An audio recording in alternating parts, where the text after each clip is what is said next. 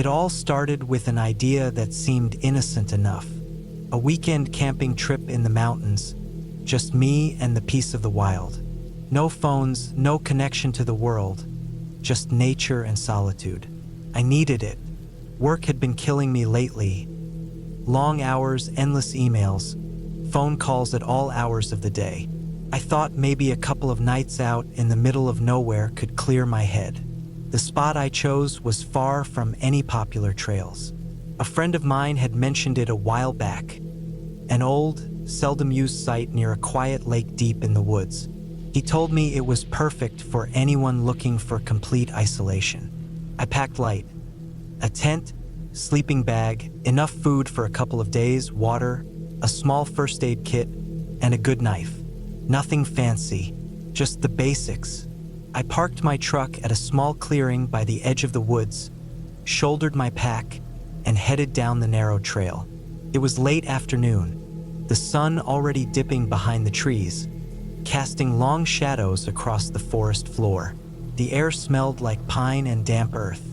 I breathed it in, feeling the tension in my chest start to ease.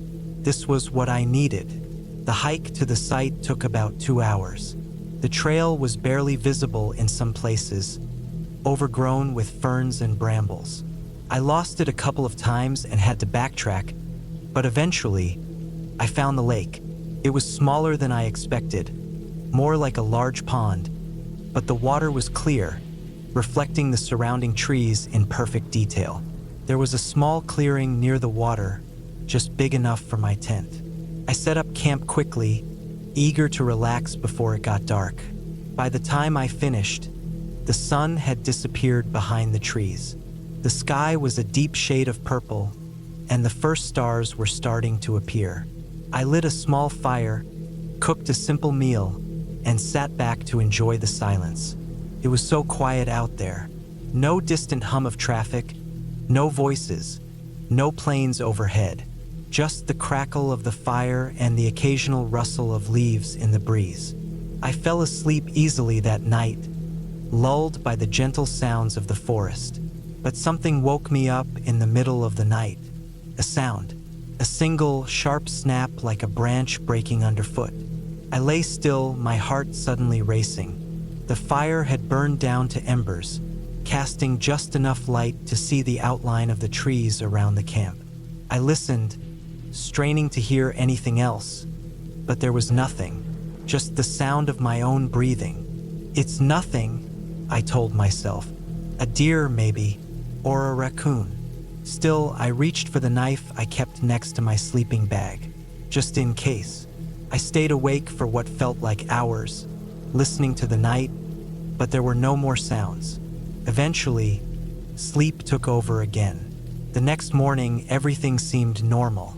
The sun was shining, birds were singing, and the lake looked even more beautiful in the daylight. I shook off the unease from the night before and went about my day. I explored the area around the lake, gathered some wood for the fire, and spent the afternoon reading by the water.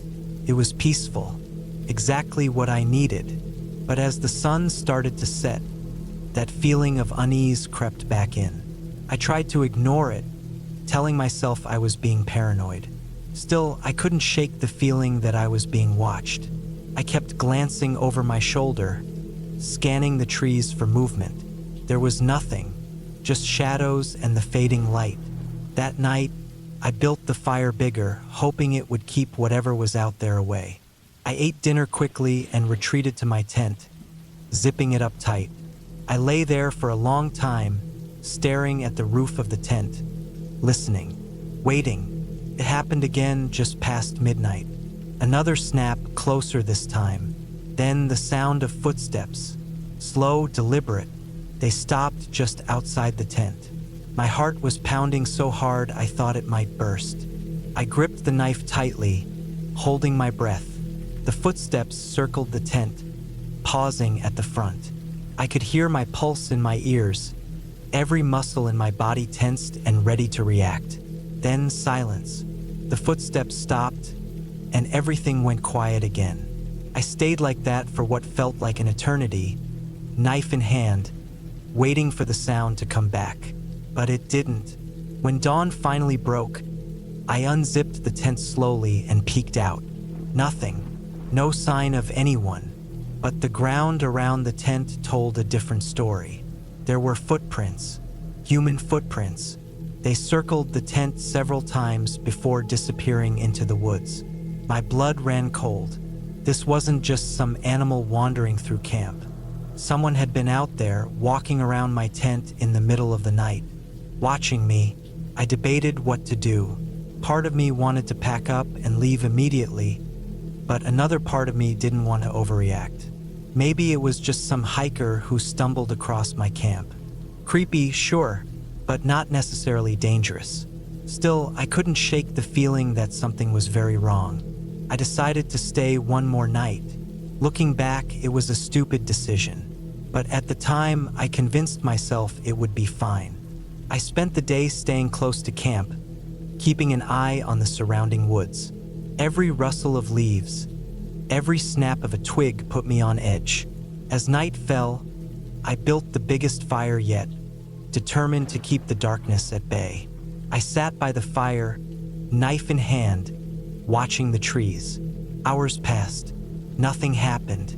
The fire burned down to embers, and I started to relax, thinking maybe whoever it was had moved on.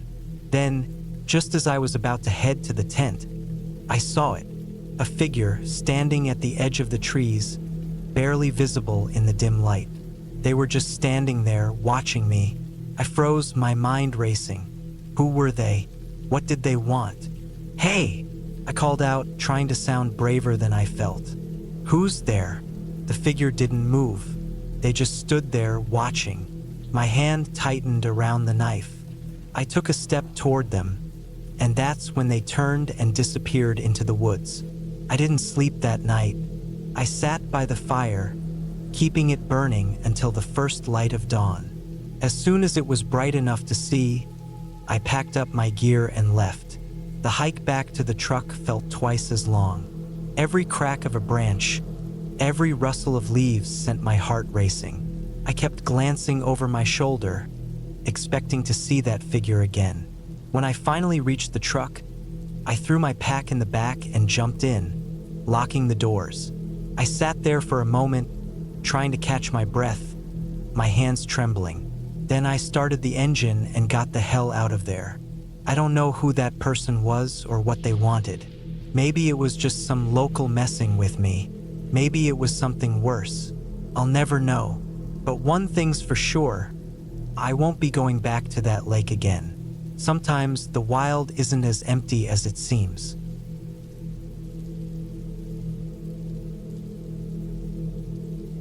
It started as a weekend trip to clear my head. Life had been wearing me down. Work stress, the constant buzz of the city, and the suffocating routine that I couldn't seem to break free from. I needed a change of scenery, something quiet. Camping seemed perfect. I grew up spending summers in the woods with my dad, so I wasn't a stranger to it. The solitude felt like exactly what I needed.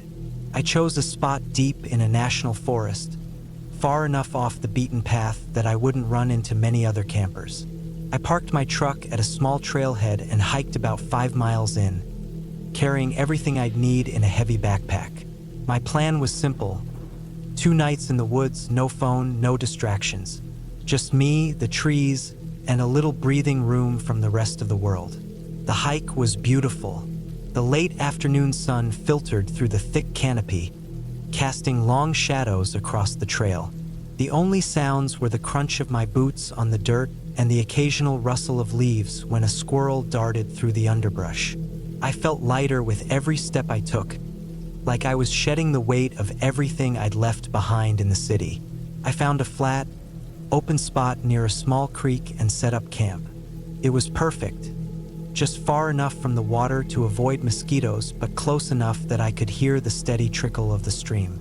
I pitched my tent, gathered some firewood, and got a small fire going as the sun started to sink behind the trees. The first night was peaceful. I cooked a simple meal over the fire, some canned chili and a handful of trail mix, and sat back to watch the stars come out. The sky was so clear, it felt like I could see every star in the universe. The fire crackled softly, and the cool night air smelled like pine and damp earth. It was exactly what I had hoped for. Quiet, calm, and completely disconnected from everything. I crawled into my tent around 10 p.m. and fell asleep almost immediately. The next morning, I woke up feeling refreshed. The sun was just starting to rise, and the woods were bathed in a soft golden light. I made myself some instant coffee, packed a small day pack with snacks and water, and decided to explore the area a bit.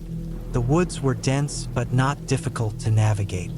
I followed the creek for a while, enjoying the sound of the water and the feeling of being completely alone. After about an hour, I stumbled across something strange. A campsite. It looked old, like it hadn't been used in months, maybe longer. The tent was still standing, but it was sagging and covered in dirt and leaves.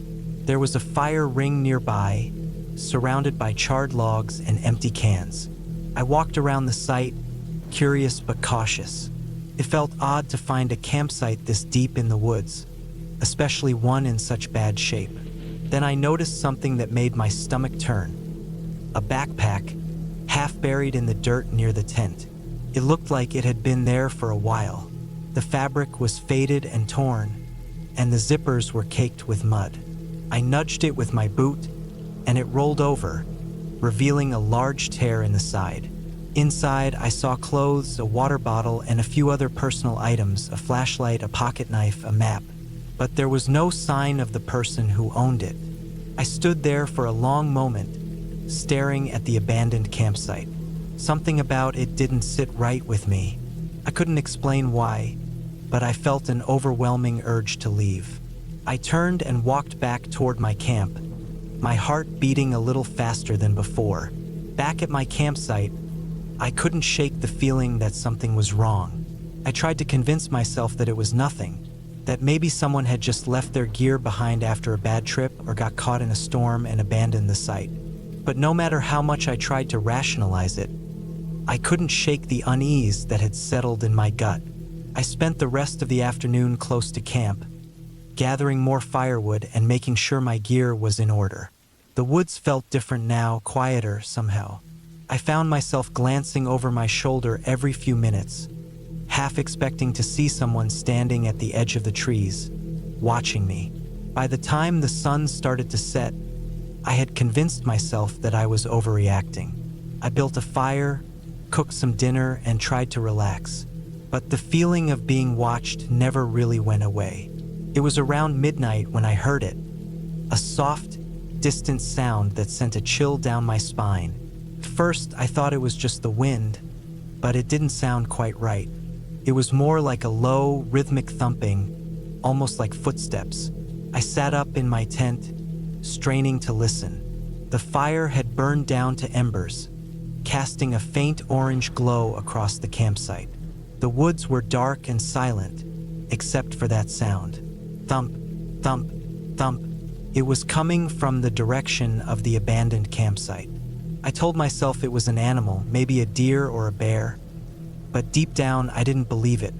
The sound was too steady, too deliberate. I grabbed my flashlight and unzipped the tent, stepping out into the cool night air. The woods were pitch black beyond the circle of light cast by the dying fire. I swept the flashlight around, my heart pounding in my chest. The sound had stopped. For a moment, everything was completely still. Then, just as I was about to go back into the tent, I heard it again, closer this time. Thump, thump, thump. I froze, my flashlight shaking in my hand. The sound was coming from the trees, just beyond the edge of the campsite. I couldn't see anything, but I could feel it. Something was out there, watching me. I didn't sleep that night. I sat by the fire, feeding it every piece of wood I could find, and kept my flashlight close. Every few minutes, I'd hear the sound again, sometimes distant, sometimes close. It never lasted long, just a few thumps, then silence. By dawn, I was exhausted. The sound had stopped sometime before sunrise, but the feeling of being watched hadn't gone away. I packed up my gear as quickly as I could, stuffing everything into my backpack and dousing the fire. I started back toward the trailhead, moving fast. The woods felt like they were closing in around me, every shadow a potential threat. I kept glancing over my shoulder, half expecting to see someone following me. About halfway back to the trailhead, I found something that made my blood run cold.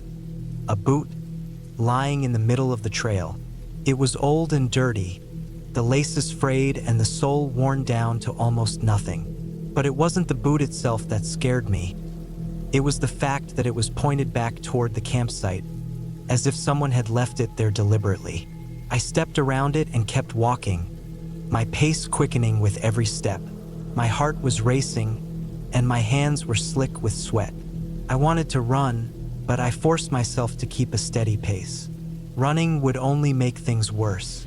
When I finally reached the trailhead and saw my truck, I nearly cried with relief. I threw my backpack into the bed, jumped into the driver's seat, and locked the doors. My hands were shaking so badly I could barely get the key into the ignition. The engine roared to life, and I peeled out of the parking lot, gravel spraying behind me.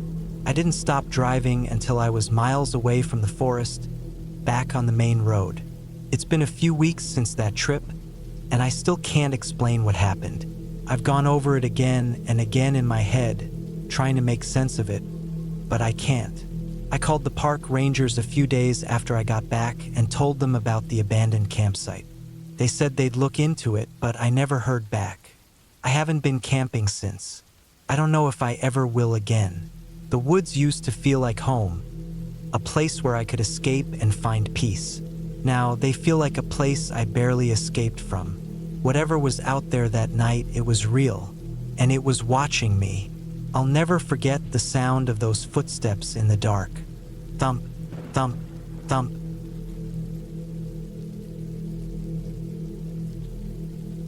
The air smelled like damp earth and pine needles as I made my way deeper into the forest, my pack bouncing lightly against my back with every step.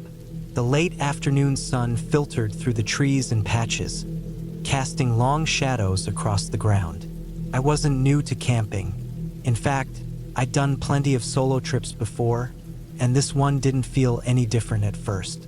It was just supposed to be a couple of nights alone in the woods, time to clear my head and get away from the noise of everyday life. I'd chosen a spot about 8 miles off a trail I found online. Not too remote, but far enough that I wouldn't be bumping into other hikers. Just me, the trees, and the occasional deer. That's how I liked it. I had a tent, enough food and water for the weekend, and everything else I needed. The first few hours went smoothly. The hike was peaceful. The only sounds were the wind in the leaves, birds chirping somewhere above, and the occasional rustle of something small in the underbrush. I set up camp just before sunset on a flat patch of ground near a stream. I had a good feeling about the spot.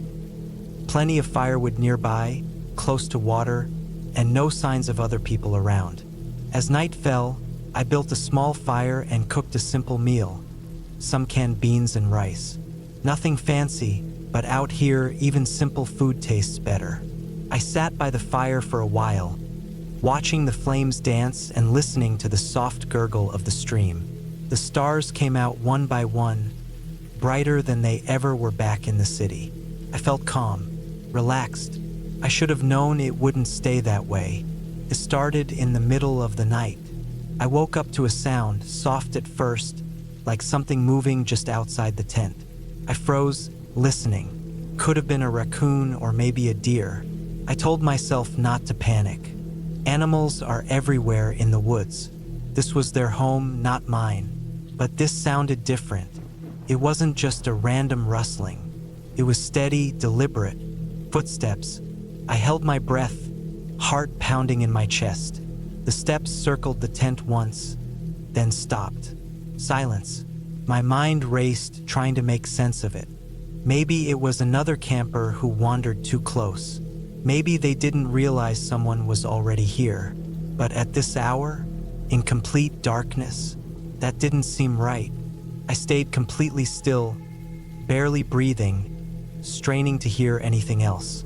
After what felt like an eternity, the footsteps started again, moving away this time. I waited until I was sure they were gone before I finally let myself exhale. I told myself it was nothing, just my imagination. Maybe it really was an animal, and my tired brain had turned it into something scarier. I forced myself to lie back down, but sleep didn't come easy. The next day passed without incident. I spent the morning hiking around, collecting firewood, and exploring the area. The sun was warm, the breeze cool. Everything felt normal again. The night before seemed like a bad dream, something I could laugh about later. But that night, it happened again. I was sitting by the fire, poking at the embers, when I heard it. Footsteps, not far off, moving through the trees. I grabbed my flashlight and pointed it toward the sound, but I couldn't see anything beyond the first few rows of trees. The light didn't reach far enough. "Hello," I called out, immediately regretting it. My voice sounded too loud, too exposed in the dark.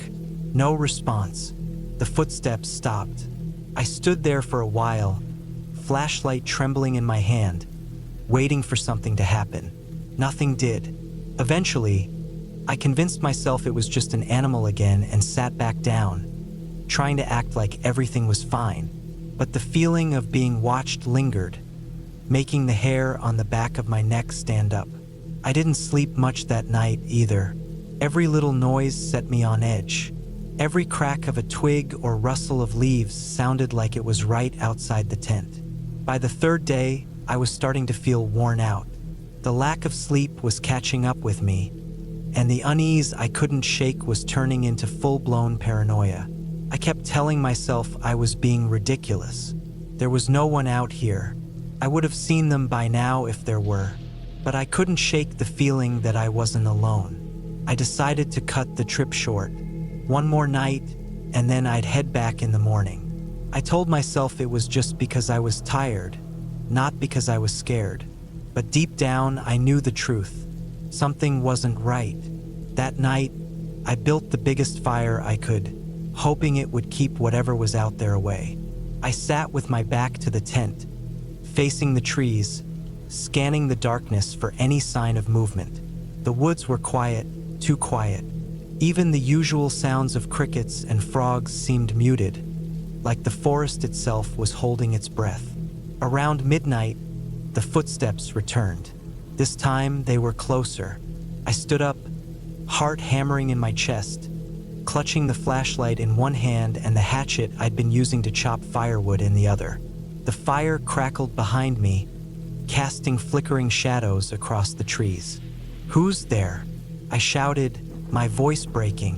No answer. The footsteps stopped again, just out of sight. I swept the flashlight across the trees, my pulse racing. I could feel eyes on me, but I couldn't see anything. I stood there for what felt like hours, waiting for something, anything to happen. And then, just as suddenly as they'd started, the footsteps moved away. When dawn finally broke, I didn't waste any time. I packed up my gear as quickly as I could, barely stopping to eat. The woods felt different in the daylight, less threatening, but the tension still lingered beneath the surface. I started the hike back, constantly glancing over my shoulder. Every snap of a twig, every gust of wind set me on edge. My senses were on high alert, adrenaline keeping me moving faster than I normally would have. About halfway back, I found something that made my blood run cold. A set of footprints, fresh ones, crossing the trail. They weren't mine. They were too big, too wide. I stared at them for a long time, my brain struggling to process what I was seeing. They led off the trail, disappearing into the trees. Whoever had been watching me had followed me this far. I didn't stick around to find out where they went. I practically ran the rest of the way back to my car, heart pounding the entire time. When I finally broke through the tree line and saw my car waiting for me at the trailhead, I almost cried with relief. I threw my pack in the back, jumped into the driver's seat, and locked the doors. My hands were shaking as I started the engine and pulled out onto the gravel road. I didn't look back. I don't know who or what was out there. I don't want to know.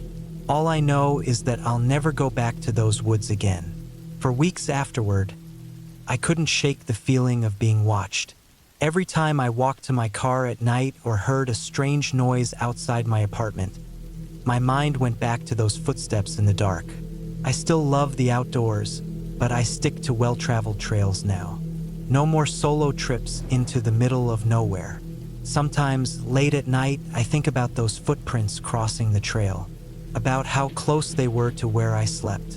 And I wonder if whoever left them is still out there, watching, waiting for their next camper. I'm not one to panic easily. I've always considered myself pretty calm, grounded, practical even, but what happened last fall on a camping trip in the mountains of Colorado changed me. I still think about it sometimes, replaying each step I took, wondering how things spiraled so fast. I was alone out there, miles from anyone, and I don't think I've ever felt so vulnerable in my life. It started out as one of those trips you take to reset. Work had been crazy, the city had worn me down, and I needed to unplug and just breathe fresh air for a few days. I packed light, just my tent, a sleeping bag, some food and basic gear. Nothing fancy. I wasn't planning to hike any crazy backcountry routes, just a weekend in the wild. The trail I picked was a quiet one, not too popular, but not totally remote either. It followed a winding creek up into the mountains, and I figured I'd camp a few miles in and head back the next day. The forecast was perfect. Clear skies, cool air, the kind of weather that makes you forget summer ever existed. The first few miles were smooth. The trail hugged the creek, and the sound of rushing water kept me company. The forest was thick with pine and aspen, the leaves just starting to turn gold. I felt good. My pack wasn't too heavy, and the air smelled clean, like pine needles and wet earth. By late afternoon, I found a spot to set up camp, a small clearing near the creek with a flat patch of ground for my tent. The trees opened up just enough to give me a view of the mountains, their peaks catching the last light of the day. It was perfect. I set up my tent, boiled some water for dinner, and sat by the creek to eat. I watched the sky fade from orange to deep blue, the stars blinking into view one by one. It was the kind of peace you can only find out there, away from everything. No noise except the wind in the trees and the bubbling creek. I fell asleep quickly that night, lulled by the sound of the water. I woke up around 2 a.m., wide awake for no reason. You know how sometimes your body just knows something's off, even if your brain hasn't caught up yet? That's how it felt. I lay there for a minute, listening. The creek was still there, steady and constant, but something felt different. The air inside the tent was cold, not the kind of chill you expect on a fall night. This was sharp, biting. I could see my breath in the dim light. I hadn't expected it to get that cold, but it wasn't just the temperature that unsettled me. It was the silence. The wind had stopped. The forest, which had been full of rustling leaves and distant calls of night birds, was dead quiet. I sat up and unzipped the tent, poking my head out. My breath hung in the air, and the forest stretched out in front of me, still and dark. The moon was high, casting just enough light to see the outline of the trees. Nothing seemed out of place, but I couldn't shake the feeling that something was watching me. I scanned the treeline, waiting for my eyes to adjust. After a few minutes, I told myself I was being paranoid. I zipped the tent back up and lay down, pulling my sleeping bag tighter around me. But sleep didn't come. When the first light crept through the trees, I crawled out of the tent, exhausted but relieved to see the sun. The strange feeling from the night before was gone, replaced by the familiar comfort of daylight. I made some coffee and sat by the creek, trying to shake off the night. It was probably nothing. A deer, maybe, or just my own nerves playing tricks on me. I've been working too hard, too stressed. That's why I was here in the first place, right? By mid-morning, I decided to hike farther up the trail. I figured I'd spend the day exploring and come back to the same campsite for one more night. The trail climbed steeply, winding through dense forest and past rocky outcroppings. The higher I went, the better the views got. Around noon, I stopped to eat and rest. I found a spot on a rocky ledge overlooking the valley, the creek far below. The sky was a perfect blue, the air crisp and cool. Felt like I had the whole world to myself. But as I sat there, eating my sandwich and staring out at the mountains, that feeling came back. It was subtle at first, a prickle at the back of my neck, like I was being watched. I looked around, scanning the trees and rocks. Nothing, just me and the forest. Still, the feeling wouldn't go away. I decided to head back to camp.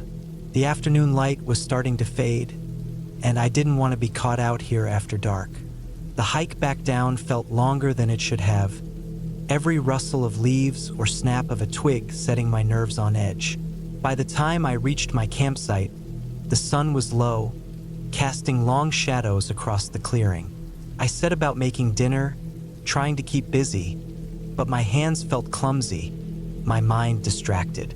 That's when I noticed it. My tent flap was open. I froze, my heart slamming against my ribs. I was sure I'd zipped it shut that morning. I took a step closer, my eyes locked on the tent. Nothing looked disturbed. My sleeping bag was still there, my gear untouched, but the flap was definitely open. I stood there for a long time, listening, waiting for some sign that I wasn't alone. But the forest stayed quiet. Finally, I convinced myself it was the wind. It must have blown open while I was gone. It made sense, didn't it? The flap could have slipped out of the zipper, and a strong gust, but the air had been dead still all day. I forced myself to eat, even though my stomach was tight with nerves. Afterward, I sat by the fire, watching the flames dance, trying to stay calm. I told myself it was all in my head. I was tired, that was all. I just needed to sleep. But when I crawled into the tent and zipped it shut, every sound outside seemed louder than it should have been. The crack of a twig, the whisper of leaves, my own breathing. Hours passed. I lay there, staring at the ceiling of the tent, every muscle in my body tense. At some point, I must have dozed off because I woke to the sound of footsteps. They were faint but unmistakable, slow, deliberate, circling the tent. I held my breath, every nerve in my body screaming. The steps stopped, then started again, closer this time. I reached for my knife, my hand shaking. The footsteps stopped right outside the tent. For what felt like an eternity, everything was still. I could hear my own heartbeat, loud and frantic in the silence. Then, just as suddenly as they'd started, the footsteps moved away, fading into the trees. I lay there, clutching the knife, waiting for them to come back. But they didn't. Eventually, the sky lightened, the first rays of dawn creeping through the tent. I didn't waste any time. I packed up my gear in record time, my eyes constantly darting to the trees. The forest felt oppressive, the silence too heavy.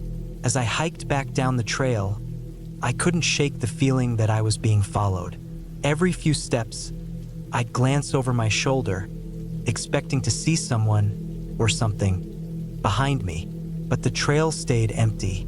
It wasn't until I reached my car that I finally let myself breathe. I threw my pack in the back seat and locked the doors, my hands still shaking. As I drove away, the forest blurred past, the trees closing in behind me. I didn't look back. I don't know what happened out there. I've told myself it was a hiker, someone passing through who didn't mean any harm. But deep down, I know that's not true. Something or someone was out there, watching me, and I'll never go back to find out who.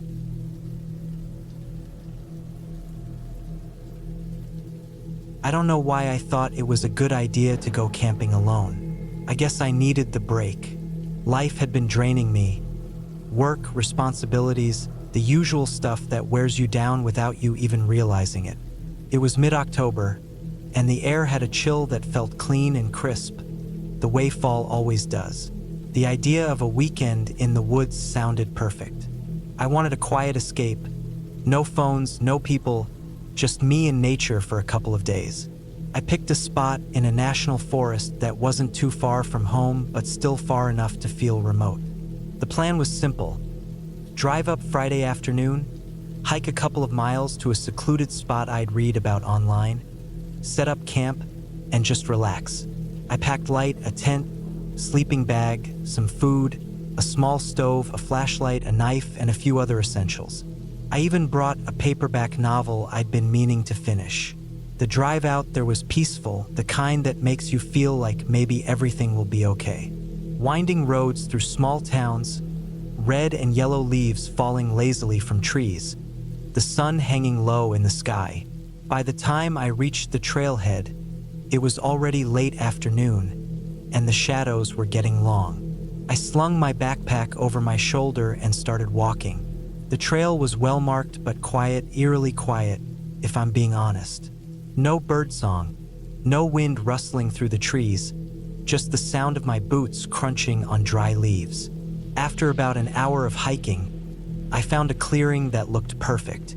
It was flat, surrounded by tall trees, and close to a small stream. I set up my tent, unpacked my gear, and sat on a log, enjoying the last bit of daylight. The air smelled like damp earth and fallen leaves. I boiled some water for instant noodles and ate slowly, savoring the warmth. By the time I finished, the sun had dipped below the horizon, and the forest was wrapped in darkness. I clicked on my flashlight and scanned the trees around me. The beam of light cut through the blackness, revealing only more trees and shadows. Nothing unusual, but still the quiet was unsettling. I told myself to relax. This was what I wanted: peace, solitude, a break from everything. I crawled into my tent, zipped up the flap, and lay down in my sleeping bag. The thin fabric of the tent made me feel oddly exposed, like I was just a soft body surrounded by a vast, dark wilderness. I must have fallen asleep quickly because the next thing I remember was waking up in complete darkness. It took me a second to figure out what had woken me.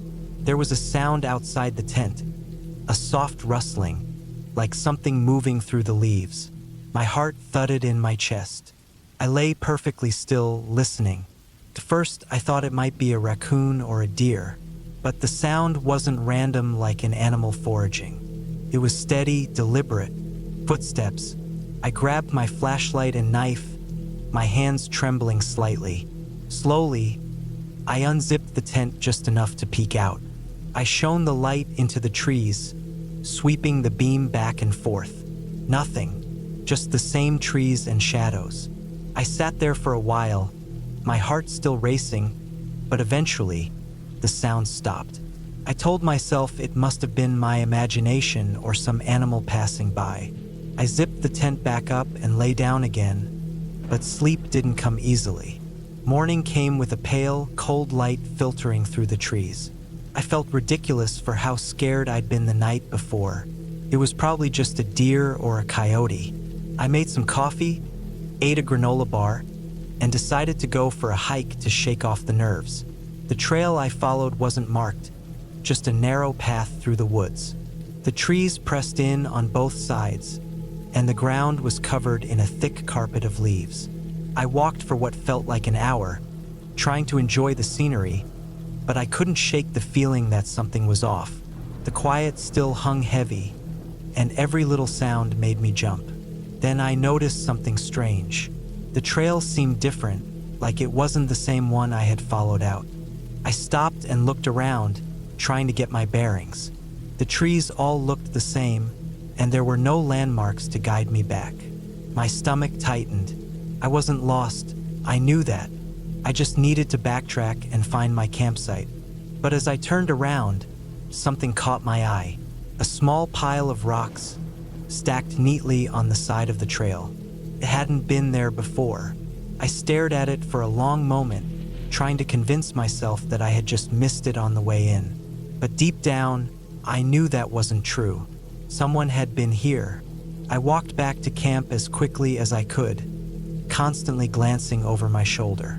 The forest felt like it was closing in on me, the trees watching silently. When I finally saw my tent through the trees, I let out a breath I didn't realize I'd been holding. I spent the rest of the afternoon sitting by the fire, trying to calm myself. I told myself that I was overreacting.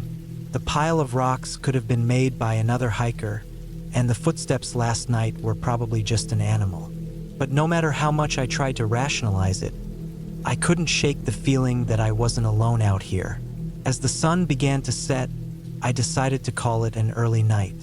I crawled into my tent, zipped it up tight, and lay there in the darkness, gripping my knife under the sleeping bag.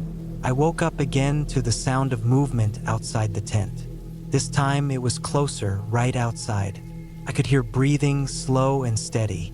I held my breath, my heart hammering in my chest. The breathing continued for what felt like forever, then stopped. Suddenly, the tent shook violently, as if something or someone had grabbed it and yanked it. I scrambled for the flashlight, turning it on and shining it around inside the tent. The shaking stopped, but I could still hear footsteps circling the tent. "Get the hell away from me!" I shouted, my voice cracking. The footsteps stopped. For a long moment, there was silence. Then, slowly, they moved away, fading into the distance. I didn't sleep the rest of the night. As soon as the first light of dawn broke through the trees, I packed up my gear as fast as I could. My hands were shaking as I stuffed everything into my backpack. I didn't bother eating, I just wanted to get out of there. The hike back to the car was a blur. I kept expecting to see someone step out from behind a tree or hear footsteps behind me, but the forest was dead silent. When I finally reached the trailhead and saw my car, I almost cried with relief. I threw my backpack into the trunk, jumped into the driver's seat, and locked the doors. My hands were still trembling as I started the engine and pulled out onto the road. It's been months since that trip, and I still don't know what happened out there. I've told myself it was just some hiker messing with me, someone trying to scare me for fun. But deep down, I'm not sure I believe that. I haven't been camping since. I probably never will. What sticks with me most isn't the footsteps or the breathing or even the tent shaking. It's the silence, that heavy, suffocating silence that hung over everything, like the whole forest was holding its breath, waiting for something to happen. It's the kind of silence that makes you feel small and helpless, a reminder that no matter how much we like to think we're in control, we're not. Out there, in the middle of nowhere, you're just another part of the wilderness, soft, fragile, and easy to forget. And sometimes the wilderness doesn't forget you.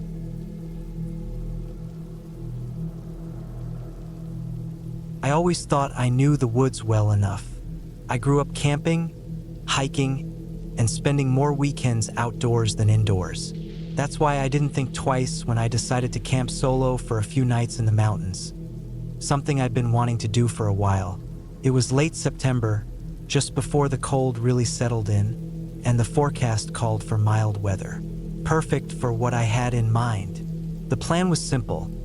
Hike in about 8 miles to a ridge I'd camped at once before with some friends, set up camp, and stay there for a couple of nights before hiking back down. It wasn't too far from a trailhead, but remote enough that I probably wouldn't see anyone else. Exactly what I was looking for. I packed light but smart. Tent, sleeping bag rated for colder weather, enough food for 3 days, and a water filter. I left my car at the trailhead around noon and set out. The first few miles were easy, familiar territory, steady incline, nothing too strenuous. The leaves were starting to turn, and the trail was carpeted with reds and yellows. I remember thinking how quiet it was, aside from the crunch of my boots and the occasional bird. Around mile 5, The trail got steeper and less maintained. The air smelled like damp leaves and pine, and I started seeing fewer trail markers. I knew where I was, though, at least I thought I did. I reached the ridge just before sunset. It was even more beautiful than I remembered, with a wide view of the valley below and rolling hills stretching out in every direction. I set up my tent near a cluster of trees for a bit of wind protection, cooked a quick dinner on my camp stove, and sat back to watch the sky turn orange and purple. By the time the stars came out, the temperature had dropped significantly. I crawled into my sleeping bag, zipped it up tight, and drifted off to sleep. The first night was uneventful, peaceful even. I woke up early, made coffee, and spent the morning exploring the area around the ridge. There were no trails beyond this point, just deer paths and dense forest. I followed a small creek for a while, keeping track of where I was so I wouldn't get turned around. The forest felt different this far out, darker, quieter, like it didn't get many visitors. By afternoon, clouds had rolled in, and the air felt heavy with the promise of rain. I decided to head back to camp and settle in early. I didn't want to get caught too far from my tent if the weather turned. I made it back just as the first drops started to fall. Nothing heavy, just a light drizzle. I cooked another quick meal, read for a bit by headlamp, and went to bed as the rain picked up. I woke up in the middle of the night, unsure why at first. The rain had stopped, and the forest was dead silent. Not even the wind was blowing. I listened for a few minutes, but there was nothing. No rustling leaves, no animal sounds, nothing. Just my own breathing and the faint thump of my heartbeat in my ears. I tried to tell myself it was nothing. Maybe the sudden silence had startled me awake. But then I heard it. A faint crunching sound, like footsteps on wet leaves. Slow, deliberate, coming from somewhere just beyond my tent. I froze. The footsteps stopped. I held my breath, straining to hear. Nothing. I told myself it was just an animal, maybe a deer, curious about the smell of my food. It happens all the time when you're camping, but something about the sound felt wrong. Too steady, too heavy. I stayed awake for what felt like hours listening. Occasionally, I'd hear another crunch, always from a different direction. Never close, but never far enough away to relax. Eventually, exhaustion got the better of me, and I must have fallen asleep. Morning came, and with it, a dense fog that clung to the trees. I stepped out of my tent, stretching stiff muscles, and looked around. Everything was damp, the ground soaked from the night's rain.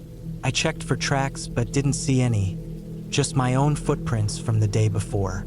I tried to shake off the lingering unease from the night. It was probably just a deer or maybe a raccoon. Nothing to worry about. Still, I couldn't shake the feeling that I wasn't alone out there. I spent most of the day around camp, gathering firewood and trying to enjoy the solitude. The fog never really lifted, and the air felt colder than it should have. By late afternoon, I decided to build a fire, a luxury I hadn't planned on, but one that felt necessary now. As the sun dipped behind the ridge, the shadows grew long, and the woods seemed to close in around me. I sat by the fire, watching the flames dance and listening to the crackle of burning wood. For the first time since arriving, I felt truly isolated. That night, the footsteps returned. I heard them around midnight, slow, deliberate, circling my camp. I stayed inside my tent, clutching the small knife I always kept in my pack, listening. Crunch, pause, crunch. They never got closer, but they never went away either. Just slow, steady footsteps moving in a wide circle around my tent. I thought about calling out, but something told me not to. Instead, I sat there in the dark, heart racing, waiting for it to stop. Didn't. By morning, I'd made up my mind to leave. I packed up camp as quickly as I could, barely stopping to eat. The fog was still there, thicker than ever, and the woods felt oppressively quiet. I kept expecting to see someone step out from behind a tree, but there was nothing, just endless gray and the sound of my own footsteps. About a mile from the ridge, I found something that made my blood run cold. A footprint. Not mine. Not a boot print either. Barefoot. Human. It was pressed deep into the mud, toes clearly visible. It looked fresh. I stood there for a long time, staring at it, trying to make sense of it. Who the hell would be out here barefoot in the middle of nowhere? I didn't stick around to find out. I started walking faster, almost jogging, constantly glancing over my shoulder. The forest seemed darker than it should have been, the trees closing in around me. Every snap of a twig, every rustle of leaves set my nerves on edge. The trail felt longer on the way back, like it was stretching out in front of me. My legs burned and my lungs ached, but I didn't stop. Couldn't. When I finally saw the trailhead, relief washed over me like a wave. My car was right where I left it, the only vehicle in the small dirt lot. I threw my pack in the back, jumped in, and locked the doors. I didn't relax until I was miles down the road, the forest far behind me. I never figured out who or what was out there that night. Maybe it was just some hermit living off the grid, curious about the stranger on his ridge. Maybe it was something else. All I know is that I've never gone camping alone again, and I don't plan to. It started as just a simple weekend trip into the mountains, one I thought I needed. Life had been chaotic. Work, stress, bad sleep. Everything felt too heavy, and I craved some peace, some real quiet. I figured a couple of days out in the middle of nowhere, just me and the trees, would help reset my mind. I packed light: a tent, sleeping bag, some freeze-dried food, water, my knife, and a headlamp. No fancy gear, just enough to get by for 2 nights. I chose a spot deep in the woods that I'd visited once before. It wasn't a marked campsite. There were no signs, no designated fire pits, no other campers, just raw wilderness. That was the appeal. I parked my car at a small turnout off an old logging road, hoisted my pack onto my shoulders, and set off into the trees. The first few hours felt great. The late afternoon sun filtered through the leaves, casting warm, golden light across the forest floor. I found a small clearing near a stream and decided it would make a good spot to set up camp. The water would be handy for cleaning up, and I liked the sound of it running over the rocks. It was calming. After pitching my tent and gathering some firewood, I sat by the stream for a while, letting the cold water run over my hands. It was peaceful, exactly what I'd been hoping for. I boiled some water, made a quick meal, and watched the light fade into dusk. Then came the quiet, real quiet. It's strange how loud silence can feel when you're alone in the woods. The stream's steady murmur was still there, but everything else, no wind, no birds, no rustling leaves, had gone dead still. I told myself it was normal. Birds settled down at night, and the wind had been calm all day. Still, it made me uneasy. I stayed close to the fire until the darkness pressed in hard around me. I crawled into my tent around 10 p.m., zipped up the flap, and lay back on my sleeping bag, listening. My headlamp hung from the tent's ceiling, casting a soft yellow glow. I closed my eyes and tried to relax. I must have dozed off at some point because the next thing I knew, I woke up with a jolt. My eyes snapped open, and for a second, I couldn't figure out why. The stream was still babbling. My fire had burned down to glowing embers. Everything seemed normal, except for this lingering feeling in my gut, like something wasn't right. I listened. First, there was nothing, just the stream and the faint crackle of the dying fire. But then, there it was, a sound. It was soft, almost too soft to notice. A faint crunch of leaves, the kind of noise you only hear when everything else is quiet, came from somewhere to my left, just outside the tent. I held my breath. Came again. Another crunch, closer this time. Slow, deliberate. An animal, I thought. Probably a deer, maybe something bigger like an elk. I'd seen tracks earlier, so it made sense. But something about the way it moved felt wrong. It wasn't the random shuffle of a grazing animal. These steps had a rhythm, like they were being placed carefully. I grabbed my knife from beside my sleeping bag and sat up, my pulse thudding in my ears.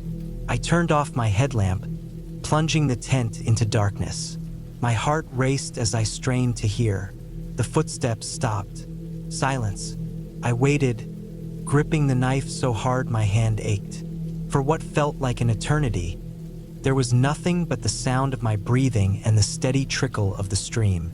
Finally, I convinced myself it was over, whatever it had been. Just a curious animal passing through. I lay back down, but sleep didn't come easily. Every little noise outside made my nerves twitch. Eventually, exhaustion won, and I drifted off. I woke with the sun, feeling groggy and on edge. The unease from the night before hadn't left me. I unzipped the tent and stepped outside. The morning air was cold and damp, and a thin layer of mist hung over the ground. I scanned the area around my campsite. Nothing seemed disturbed. No tracks, no signs of anything unusual.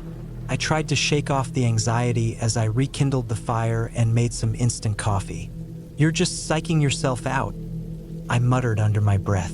I spent the morning hiking along the stream, trying to clear my head. The woods were beautiful in the daylight. Tall pines stretching into the sky, sunlight filtering through the branches. The scent of moss and fresh earth filling the air. I kept telling myself everything was fine. There was no reason to be scared. But no matter how far I walked, that feeling of being watched clung to me like a shadow. I cut my hike short and headed back to camp around noon. As I approached, I noticed something odd. My tent flap was open. I froze. I was certain I'd zipped it closed when I left. My stomach tightened as I crept closer. The tent was empty, but the sleeping bag had been moved, shifted to the side like someone had been rummaging through it. My pack was unzipped, though nothing seemed missing. I stood there, heart pounding, trying to make sense of it. Had I left it open by mistake? Maybe I hadn't zipped it all the way, and the wind had blown it open. That made sense, didn't it? But the wind had been still all morning. I spent the rest of the day feeling jumpy, constantly glancing over my shoulder. I couldn't shake the thought that someone had been in my camp while I was gone. By late afternoon, I'd had enough. I decided to pack up and leave a day early. The sun was sinking behind the trees as I shouldered my pack and started back toward the car. The trail felt different in the fading light, darker, narrower. Every snap of a twig made me whip my head around. About halfway back, I noticed fresh footprints in the dirt. Not mine. They were recent, still sharp and well-defined, and they led in the same direction I was heading. A chill ran down my spine.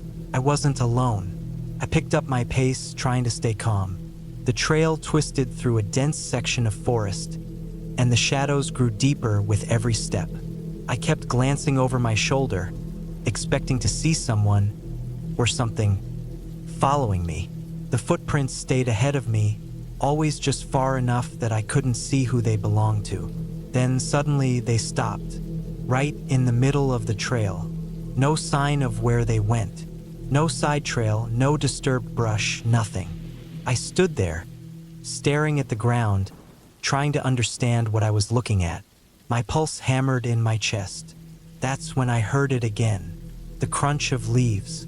Behind me, I spun around, knife in hand, but there was nothing there, just trees and shadows. The footsteps started again, slow and deliberate, circling me. I bolted. I ran like my life depended on it, crashing through the underbrush, not caring about the trail anymore. Branches whipped at my face, my lungs burned, and my legs screamed for me to stop, but I didn't dare. Finally, I burst out onto the logging road, gasping for breath. My car was just ahead. I sprinted the last few yards, threw my pack into the back seat, and jumped in, locking the doors behind me.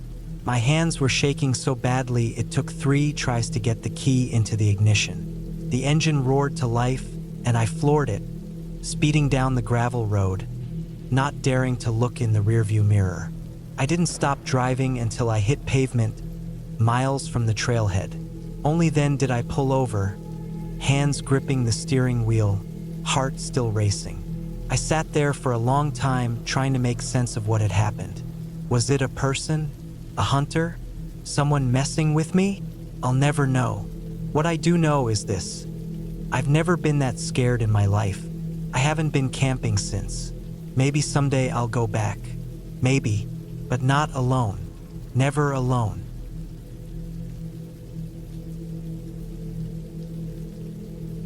The sun was starting to sink behind the ridge when I finally found a good spot to set up camp. It had taken longer than expected to get there. The trail was rough, overgrown in places, and the late autumn chill in the air bit harder as the light faded. My pack felt heavier than usual, probably from the extra layers and supplies I'd brought along just in case. I didn't expect to see anyone else out here, which was part of the appeal. Solitude and a break from the noise of everyday life, that was all I wanted. I chose a flat area near a cluster of trees for shelter from the wind. It wasn't perfect, but it would do for the night. The ground was damp but not soaked, and there was just enough space to pitch my small tent. After unpacking, I set to work, my breath visible in the cold evening air. First, I laid out the tent and drove the stakes into the soft earth. My hands were already numb by the time I finished, but I managed to get everything set up before full darkness fell. Once the tent was up, I gathered some firewood from the surrounding area. Most of it was damp, but I found enough dry pieces to start a decent fire. The flames caught after a few attempts, flickering weakly at first, then growing into a steady crackle. I leaned back on a log, holding my hands out toward the warmth, and felt a wave of relief wash over me. The firelight cast long shadows across the ground, the trees looming like dark sentinels around me. The forest was quiet, too quiet. I tried to brush off the thought. This far out, it made sense that there wouldn't be much noise. No distant hum of traffic, no other campers, just the wind in the trees and the occasional rustle of leaves. Still, the silence felt oppressive, pressing in from all sides. I couldn't shake the feeling that something was just out of sight, watching me from the darkness. I ate a quick meal, a freeze-dried packet of pasta and a protein bar, and washed it down with water from my bottle. By then, the cold had deepened, seeping through my layers and settling in my bones. I threw a few more logs on the fire and crawled into the tent, zipping it up tight. The fabric felt like a thin barrier against the vast, dark woods outside. Sleep didn't come easily. I lay there for what felt like hours, listening to the fire crackle and the wind sigh through the trees. Every so often, I thought I heard something else. A faint snap of a branch, a soft crunch of leaves. But when I held my breath and strained to listen, there was nothing. Just my imagination, I told myself. The mind plays tricks on you when you're alone in the woods at night. Eventually, exhaustion won out and I drifted off. I don't know how long I slept before the sound woke me. It was faint at first, barely registering in my half-conscious mind. A rhythmic, almost deliberate crunching of leaves. Footsteps. I bolted upright, heart hammering. The fire had burned down to embers, casting a faint red glow outside the tent. I listened, holding my breath, trying to pinpoint the sound. It was definitely footsteps, slow, deliberate, circling the camp. My first thought was a bear, but the steps were too measured, too careful. Bears don't walk like that. I grabbed the flashlight from beside my sleeping bag and clicked it on, the beam cutting through the darkness. The footsteps stopped. I sat there, frozen, flashlight in one hand and my other hand gripping the tent zipper. I didn't want to open it. I didn't want to see what was out there. For a long moment, there was nothing but silence, thick and suffocating.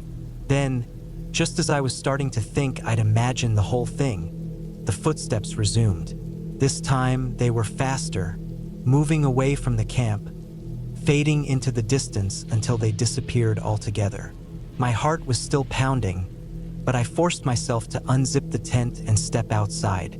The cold hit me like a slap, but I barely noticed. The beam of my flashlight swept across the camp, illuminating the trees and the dying fire. Nothing. No sign of anyone. The ground around the tent was undisturbed. No footprints in the dirt or the thin layer of fallen leaves. I stood there for a while, scanning the darkness, waiting for the sound to return. Didn't. Eventually, I crawled back into the tent, but sleep was out of the question. I lay there, every muscle tense, listening for the slightest sound. My mind raced through possibilities. Maybe it was another hiker, lost and trying to find their way. But why wouldn't they call out? Why circle the camp like that and then leave without a word? I stayed like that until the first light of dawn filtered through the trees. As soon as it was bright enough to see, I packed up camp in record time. I wasn't sticking around to find out what or who had been out there. My hands shook as I stuffed my sleeping bag into its sack and collapsed the tent. The fire was nothing but cold ash by then, and the air felt heavy and still. I kept my flashlight in one hand and my knife in the other as I hiked back toward the trailhead. The whole time, I couldn't shake the feeling that I was being watched. Every rustle of leaves, every creak of a branch made my pulse spike. I walked fast, almost jogging at times, just wanting to put as much distance between myself and that campsite as possible. By the time I reached the car, I was drenched in sweat despite the cold. I threw my pack in the back seat and locked the doors as soon as I was inside. My hands were still shaking as I started the engine and pulled onto the dirt road, gravel crunching under the tires. It wasn't until I was miles away, back on the main road, that the tension in my chest began to ease. I kept glancing in the rearview mirror, half expecting to see someone standing in the middle of the road behind me. But there was nothing, just empty woods and the fading light of morning. I never figured out what happened that night.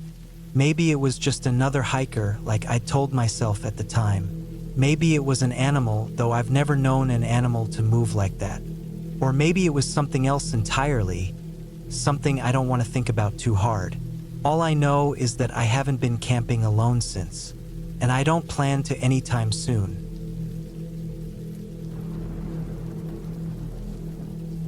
I never thought I'd be one of those people with a story that keeps you awake at night, but here I am.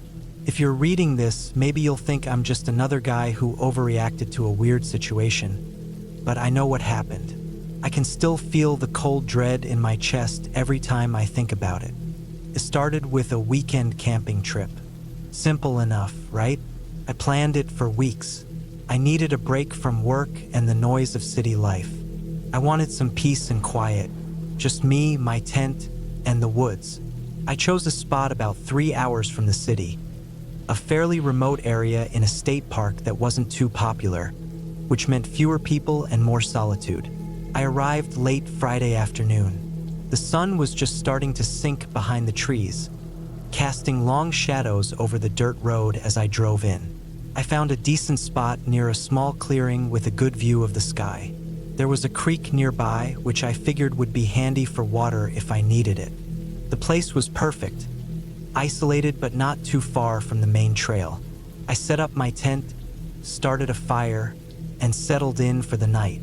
The first night was uneventful. I sat by the fire, cooked some food, and enjoyed the stillness. The only sounds were the crackling of the fire, the rustling of leaves in the breeze, and the occasional hoot of an owl. I felt more relaxed than I had in months. Eventually, I crawled into my tent and fell asleep.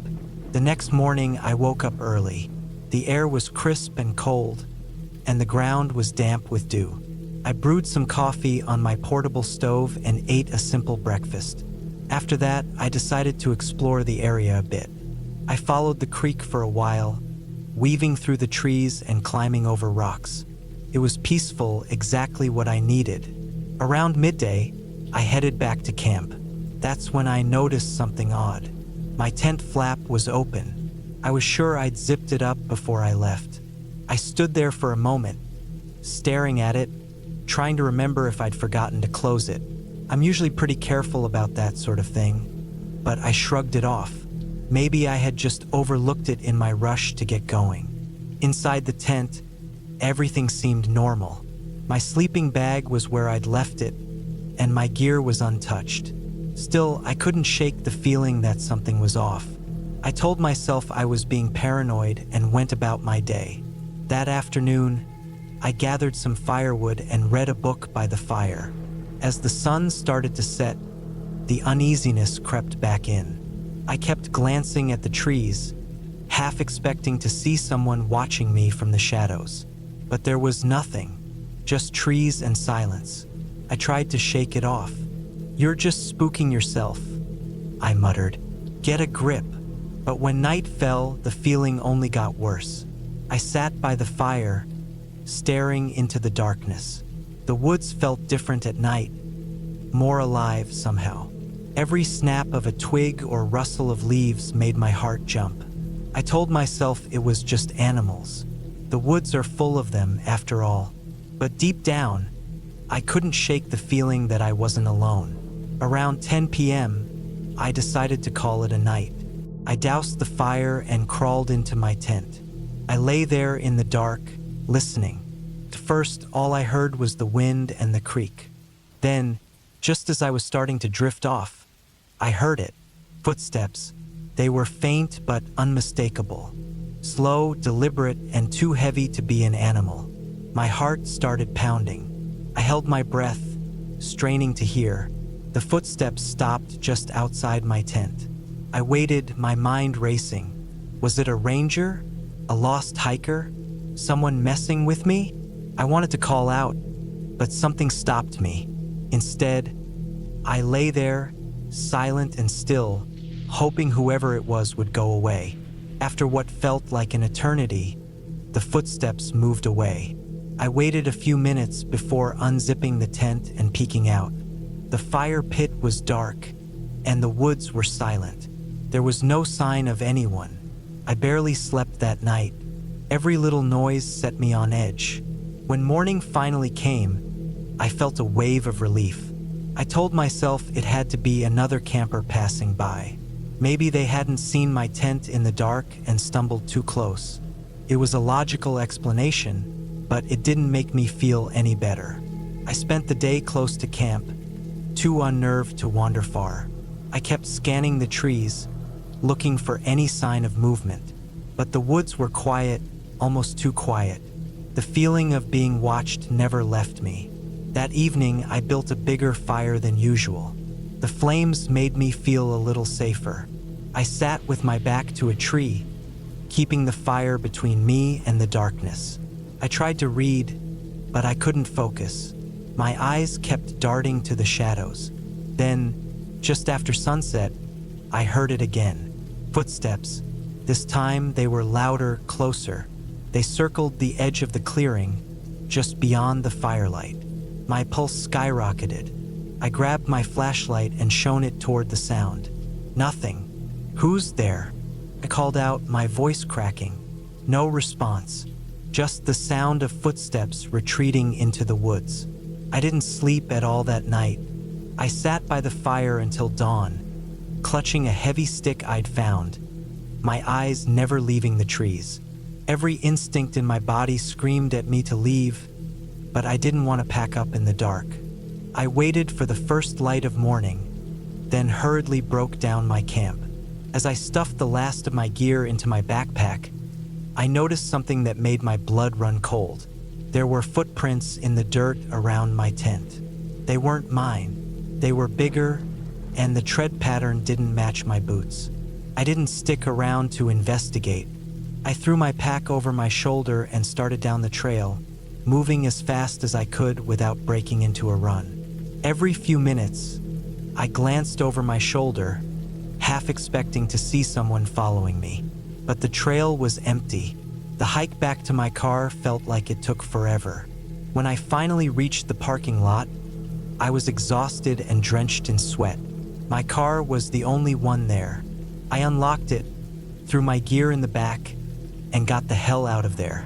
As I drove away, I kept checking my rearview mirror, convinced I'd see someone standing at the edge of the woods, watching me. But there was nothing, just the trees and the empty road. It's been a few weeks since that trip, and I still can't shake the feeling of being watched. I've told a few friends about what happened, but they all say the same thing. It was probably just another camper or a ranger. Maybe they're right. Maybe I overreacted. But deep down, I know what I felt. I wasn't alone out there. Someone was watching me. Someone who didn't want to be seen. And that's what scares me the most. I still go camping sometimes, but I'm more careful now. I stick to well-traveled areas, and I never camp alone. The woods are beautiful, but they're also vast and unpredictable. You never know who's out there, hiding in the shadows, waiting. I had always been the kind of person who liked being alone. Not lonely, just alone. I enjoyed the quiet, the way the world felt slower when you weren't surrounded by noise and people. But there's something about true isolation that hits you differently when it's not by choice. When you realize just how far you are from help, from safety, from another human being who can hear you scream. That's a whole other kind of quiet. I'd been on the road for hours. It was one of those late fall days where the sun sits low in the sky and never really warms anything. The clouds hung heavy, stretched thin like cotton, and the trees were bare, their branches clawing at the wind. I'd taken a back road to save time, trusting my phone's GPS, which had been leading me through miles of nothingness. Just fields, trees, and the occasional crumbling barn that looked like it hadn't been touched since the 1950s. The road narrowed the farther I went. The blacktop turned to cracked asphalt, and eventually to gravel. I slowed down, watching the loose rocks ping off the undercarriage of my car. My phone's signal dropped to 1 bar, then none. I should have turned back right then, but I didn't. I told myself it would be fine. The map had shown a town not far ahead, maybe another 15 or 20 minutes. I figured I'd push on and hit pavement again soon enough. Worst case, I'd turn around. But then the gravel turned to dirt, and the road started climbing. A slow, steady incline that made my tires slip now and then on the loose surface. The trees closed in on both sides, thick and tangled, their bare limbs forming a tunnel overhead. It was getting darker, fast. I glanced at the dashboard. 4:38 p.m. sunset was at 5:12. I'd be fine. Or at least, that's what I kept telling myself. A few more minutes passed, and that's when I saw it. A narrow trail branching off to the left. Not a road, not even close. Just 2 ruts in the dirt, lined with weeds and dead leaves. My GPS said to turn there. I hesitated. The trail looked like something meant for an ATV, not a car. My little sedan wasn't exactly built for off-roading. But the map insisted this was the way. I rolled forward, the front tires bumping over the ruts. The branches scraped along the sides of the car, and I cringed at the sound. I kept going, slower now, my hands tight on the wheel. The trail twisted and turned, dipping down into little hollows and climbing back up again. The trees grew thicker, blocking out what little daylight was left. Then the ground beneath me turned soft, mud, thick and sticky. I felt the tires sinking, spinning without traction. I threw the car into reverse, trying to back out, but it only made things worse. The tires dug deeper, the mud swallowing them up to the rims. I was stuck. I sat there for a moment, gripping the wheel, my heart pounding. This wasn't some minor inconvenience. This was bad. I popped the door open and stepped out, my feet sinking into the mud. The air was cold, damp, and smelled like rotting leaves. I walked around to the front of the car, crouching down to look at the tires. They were buried, completely useless. Shit, I muttered, rubbing my hands together against the cold. I pulled my phone out of my pocket. No signal, not even a flicker of a bar. I tried calling anyway, just to see if it would go through. Didn't. I glanced around, hoping to see some sign of life. A house, a barn, a road in the distance. But there was nothing, just trees and shadows and silence. I climbed back into the car, slamming the door behind me. I sat there, staring at the dashboard, trying to think. My options were limited. I could stay here and wait, hope that someone came by. But who? I hadn't seen another car in over an hour. Or I could start walking. The thought made my stomach turn. I had no idea where I was or how far it was to the nearest town. But sitting here wasn't going to solve anything. I grabbed my coat from the back seat and slipped it on. Then I opened the glove compartment, rummaging around for anything useful. A flashlight, a half-empty water bottle, an old granola bar. I stuffed them into my pockets and stepped back out into the cold. I locked the car out of habit, even though I knew no one was going to steal it. Then I turned and started walking. The trail was worse on foot. The mud sucked at my shoes, and the dead leaves made every step slippery. The trees pressed in on both sides, their bare branches rattling in the wind. I kept checking my phone, hoping for a signal, but the screen stayed blank. The battery was at 47%. I walked for what felt like an hour. The light faded fast, and soon I was relying on the flashlight to see where I was going. The beam cut through the darkness, illuminating the trees and the trail ahead. I was cold, my hands numb despite being shoved into my pockets. My breath hung in the air, each exhale a little cloud that disappeared into the night. Then I heard it, a noise, a rustling somewhere off to my left. I froze, the flashlight trembling in my hand. Could have been anything, a deer, a raccoon, even just the wind. But it didn't sound like the wind. It sounded deliberate, like something moving through the underbrush. I turned slowly, sweeping the flashlight across the trees. Nothing. Hello, I called out, my voice barely more than a whisper. Silence. I stood there for a long moment, listening. My pulse thudded in my ears. Then I kept walking. Faster now, my eyes darting back and forth, my breath coming in short gasps. The trail finally opened up into a clearing, a wide, empty space surrounded by trees. In the center was a small, crumbling cabin. It looked ancient, the wood gray and weathered, the roof sagging in the middle. The windows were dark, the glass long gone. I hesitated at the edge of the clearing, my instincts screaming at me to turn back. But where else was I supposed to go? I stepped forward, my boots crunching on the frozen ground. The cabin loomed larger with each step, its shadow stretching out across the clearing. The door was ajar, hanging crooked on its hinges. I pushed it open, the hinges groaning in protest. Inside, it was dark and cold, the air thick with the smell of damp wood and decay.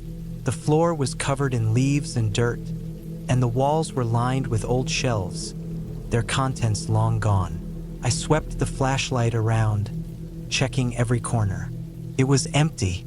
For a moment, I thought about staying there for the night. It wasn't ideal, but at least it would be shelter from the cold. But then I saw the footprints. They were faint, barely visible in the dirt, but they were there, leading from the doorway to the back of the cabin. And they weren't mine. My heart stopped. I turned slowly, the flashlight shaking in my hand. The back door was open, swinging gently in the breeze. I bolted. I ran without looking back, crashing through the underbrush, the flashlight bouncing wildly in my hand.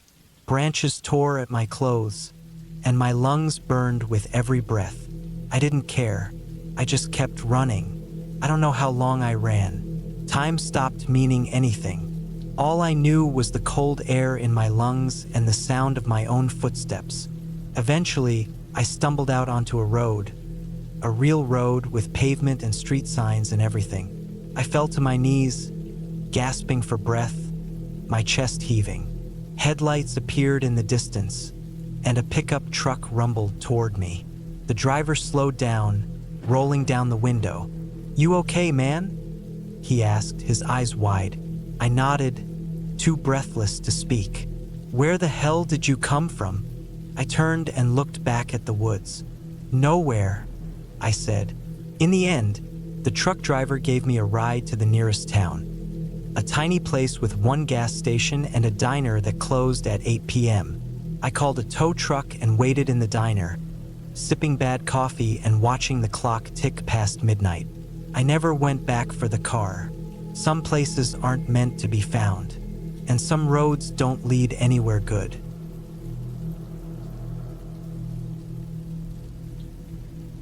I had always been the kind of person who liked being alone. Not lonely, just alone. I enjoyed the quiet, the way the world felt slower when you weren't surrounded by noise and people. But there's something about true isolation that hits you differently when it's not by choice. When you realize just how far you are from help, from safety, from another human being who can hear you scream. That's a whole other kind of quiet. I'd been on the road for hours.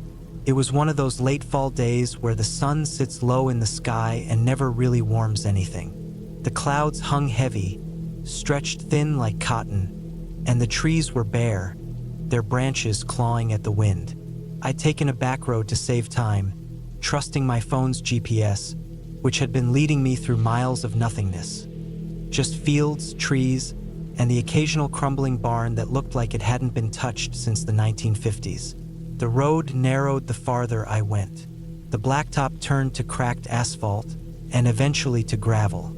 I slowed down, watching the loose rocks ping off the undercarriage of my car. My phone's signal dropped to 1 bar, then none.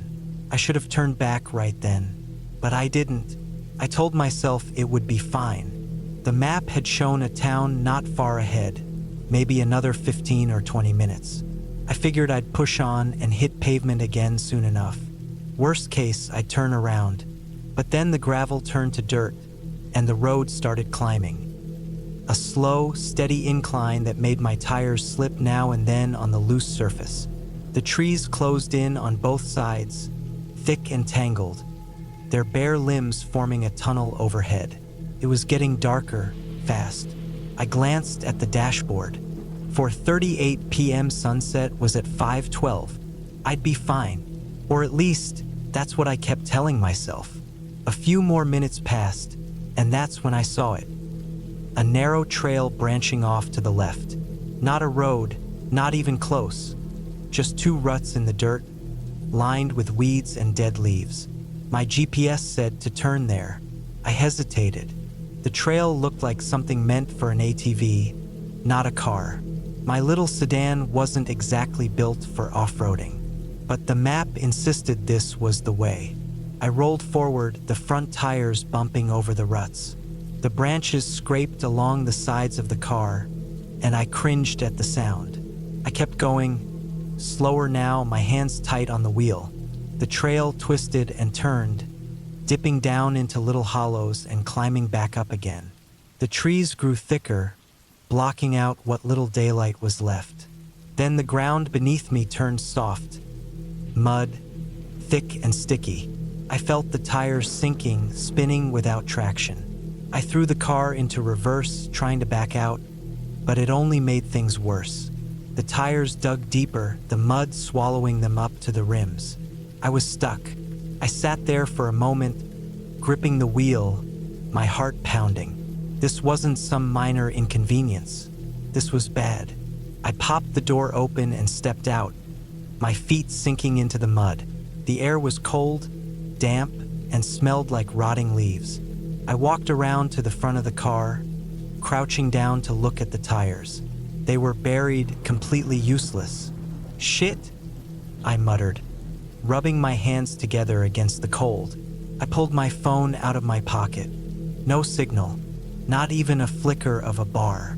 I tried calling anyway, just to see if it would go through. Didn't. I glanced around, hoping to see some sign of life. A house, a barn, a road in the distance. But there was nothing, just trees and shadows and silence. I climbed back into the car, slamming the door behind me. I sat there, staring at the dashboard, trying to think. My options were limited. I could stay here and wait, hope that someone came by. But who? I hadn't seen another car in over an hour. Or I could start walking. The thought made my stomach turn. I had no idea where I was or how far it was to the nearest town. But sitting here wasn't going to solve anything. I grabbed my coat from the back seat and slipped it on. Then I opened the glove compartment, rummaging around for anything useful. A flashlight, a half-empty water bottle, an old granola bar. I stuffed them into my pockets and stepped back out into the cold. I locked the car out of habit, even though I knew no one was going to steal it. Then I turned and started walking. The trail was worse on foot. The mud sucked at my shoes, and the dead leaves made every step slippery. The trees pressed in on both sides, their bare branches rattling in the wind. I kept checking my phone, hoping for a signal, but the screen stayed blank.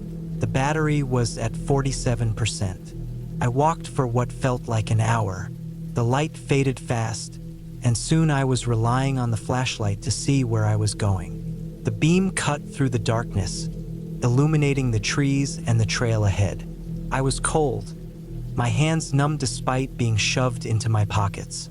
My breath hung in the air, each exhale a little cloud that disappeared into the night. Then I heard it, a noise, a rustling somewhere off to my left. I froze, the flashlight trembling in my hand. Could have been anything, a deer, a raccoon, even just the wind. But it didn't sound like the wind. It sounded deliberate, like something moving through the underbrush. I turned slowly, sweeping the flashlight across the trees. Nothing. "Hello," I called out, my voice barely more than a whisper. Silence. I stood there for a long moment, listening. My pulse thudded in my ears. Then I kept walking. Faster now, my eyes darting back and forth, my breath coming in short gasps. The trail finally opened up into a clearing, a wide, empty space surrounded by trees. In the center was a small, crumbling cabin. It looked ancient, the wood gray and weathered, the roof sagging in the middle. The windows were dark, the glass long gone. I hesitated at the edge of the clearing, my instincts screaming at me to turn back. But where else was I supposed to go? I stepped forward, my boots crunching on the frozen ground. The cabin loomed larger with each step, its shadow stretching out across the clearing. The door was ajar, hanging crooked on its hinges. I pushed it open, the hinges groaning in protest. Inside, it was dark and cold, the air thick with the smell of damp wood and decay. The floor was covered in leaves and dirt, and the walls were lined with old shelves, their contents long gone. I swept the flashlight around, checking every corner. It was empty. For a moment, I thought about staying there for the night. It wasn't ideal, but at least it would be shelter from the cold. But then I saw the footprints. They were faint, barely visible in the dirt, but they were there, leading from the doorway to the back of the cabin. And they weren't mine. My heart stopped. I turned slowly, the flashlight shaking in my hand. The back door was open, swinging gently in the breeze. I bolted. I ran without looking back, crashing through the underbrush, the flashlight bouncing wildly in my hand. Branches tore at my clothes, and my lungs burned with every breath. I didn't care. I just kept running. I don't know how long I ran. Time stopped meaning anything. All I knew was the cold air in my lungs and the sound of my own footsteps. Eventually, I stumbled out onto a road, a real road with pavement and street signs and everything. I fell to my knees, gasping for breath, my chest heaving. Headlights appeared in the distance, and a pickup truck rumbled toward me. The driver slowed down, rolling down the window. "You okay, man?" he asked, his eyes wide. I nodded, too breathless to speak. "Where the hell did you come from?" I turned and looked back at the woods. "Nowhere," I said. In the end, the truck driver gave me a ride to the nearest town, a tiny place with one gas station and a diner that closed at 8 p.m. I called a tow truck and waited in the diner, sipping bad coffee and watching the clock tick past midnight.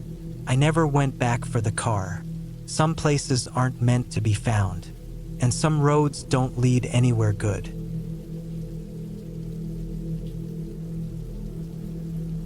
I wasn't even supposed to be out here. It started as a stupid, impulsive trip. Just me, my truck, and an old map I found in the glove compartment. I was driving aimlessly, heading west across the plains with no real plan except to escape the weight of my routine life. I needed some air, some space, something I couldn't quite explain. It was mid-October, one of those cold, gray days where the wind feels sharp and every breath carries a faint smell of damp earth. The further I drove, the fewer signs of civilization I saw. No houses, no gas stations, not even power lines. Just flat fields, a few scattered trees, and an endless, empty road that stretched ahead like a scar across the landscape. The sun was dipping low when I noticed the fuel gauge. Nearly empty. I cursed under my breath. I hadn't seen a gas station in hours, and there was no way I'd make it back to the last one I passed. My only option was to keep moving and hope I'd find something soon. 10 minutes later, the engine sputtered, coughed, and died. I coasted to a stop on the side of the road and sat there for a moment, staring out at the vast nothingness around me. The road was completely empty. No cars in either direction, just silence and wind. I pulled out my phone, but of course there was no signal. "Great," I muttered, slamming my palm against the steering wheel. The logical thing would have been to stay put and wait for someone to come along. But something about sitting in that truck felt wrong. It was like the quiet was pressing in on me, squeezing my chest. I grabbed my jacket, a flashlight, and a half-full water bottle from the passenger seat, then locked the truck and started walking. I figured I couldn't be too far from some sort of town. There had to be something out here. The road stretched on endlessly, the only sound my boots crunching on the gravel shoulder. The wind picked up, howling across the empty fields, and the temperature dropped fast. I zipped up my jacket and shoved my hands in my pockets, trying to keep warm. My breath came out in puffs of white vapor. An hour passed, then another. Still no sign of anything. No lights, no buildings, not even an old farmhouse. Just the same flat, desolate landscape. I started to feel uneasy. Not scared exactly, but off. There was something about the emptiness that gnawed at me. It felt wrong, unnatural, like I was walking through a place that had been forgotten by time. The sun disappeared below the horizon, leaving the sky a deep shade of gray. I turned on my flashlight and kept moving, my steps echoing in the silence. My legs were starting to ache, but I didn't want to stop. Not yet. Eventually, I saw something up ahead, a shape in the distance, barely visible in the fading light. It looked like a building, maybe an old gas station or rest stop. Relief flooded through me, and I quickened my pace. As I got closer, the building came into focus. It wasn't a gas station. It was a small, crumbling house, the kind you'd expect to see in a ghost town. The windows were boarded up, and the roof sagged in the middle. I hesitated at the edge of the property, shining my flashlight across the front yard. The grass was overgrown, weeds poking through cracks in the concrete walkway. An old, rusted pickup truck sat in the driveway, its tires flat and its windows shattered. There was no sign of life. I should have turned around right then, but my feet kept moving, drawn toward the house like a magnet. Maybe it was curiosity. Maybe it was desperation. Either way, I found myself standing on the front porch, my breath hitching in my throat. The door was slightly ajar, creaking as the wind pushed it open a little wider. "Hello," I called, my voice barely more than a whisper. No answer. I stepped inside, the floorboards groaning under my weight. The air was stale, thick with the smell of rot and mildew. My flashlight beam swept across the room. A tattered couch, an old wooden table, shelves lined with dusty jars. It looked like no one had lived here in years, but there were signs that someone had been here recently. A stack of firewood by the fireplace, a half-empty water bottle on the counter, a sleeping bag spread out on the floor in the corner. I felt a chill crawl down my spine. I wasn't alone. I turned to leave, but then I heard it, a soft creak from somewhere upstairs. My heart stopped. I stood frozen, my breath caught in my throat, straining to listen. Another creak, then another. Slow, deliberate footsteps moving across the floor above me. My mind raced. Maybe it was an animal, a raccoon or a stray cat, but deep down I knew it wasn't. The footsteps grew louder, heading toward the top of the stairs. I bolted. I didn't look back. I just ran, my flashlight bouncing wildly in the dark. The cold air burned my lungs, and my legs felt like lead. But I didn't stop until I was back on the road, gasping for breath. I glanced over my shoulder, expecting to see someone, or something, chasing me. But the road behind me was empty. The house stood in the distance, dark and silent once again. I kept walking, forcing myself to stay calm. My pulse gradually slowed, but the unease lingered, gnawing at the edges of my mind. I didn't know who or what had been in that house, but I wasn't about to stick around and find out. Hours passed. My legs ached, and my throat was dry. The cold seeped into my bones, and my flashlight started to flicker. Just when I thought I couldn't go any further, I saw it. A faint glow on the horizon. Lights. A town.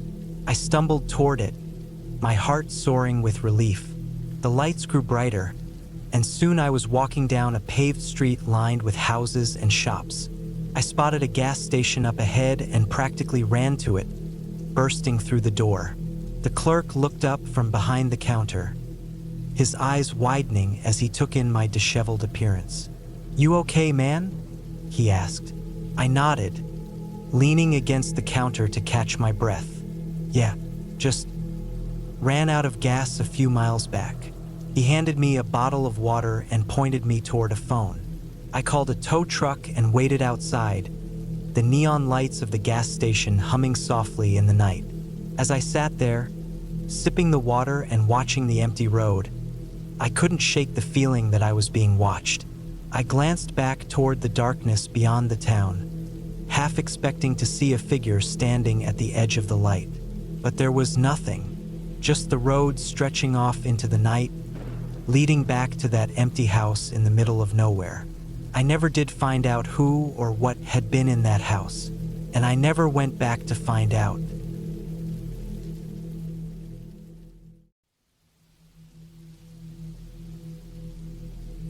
I should have known something felt off the moment I saw the gas station on the edge of that forgotten highway. It was one of those old ones, the kind you can't believe is still open, with a flickering neon sign and pumps that probably hadn't been upgraded since the early 80s. But my tank was running low, and I hadn't seen another station in at least 50 miles. I told myself it was fine, just a quick stop, fill up, and get back on the road. It was late afternoon, and the light was starting to fade. The air felt heavy, almost too quiet. No wind, no birds, not even the hum of distant traffic.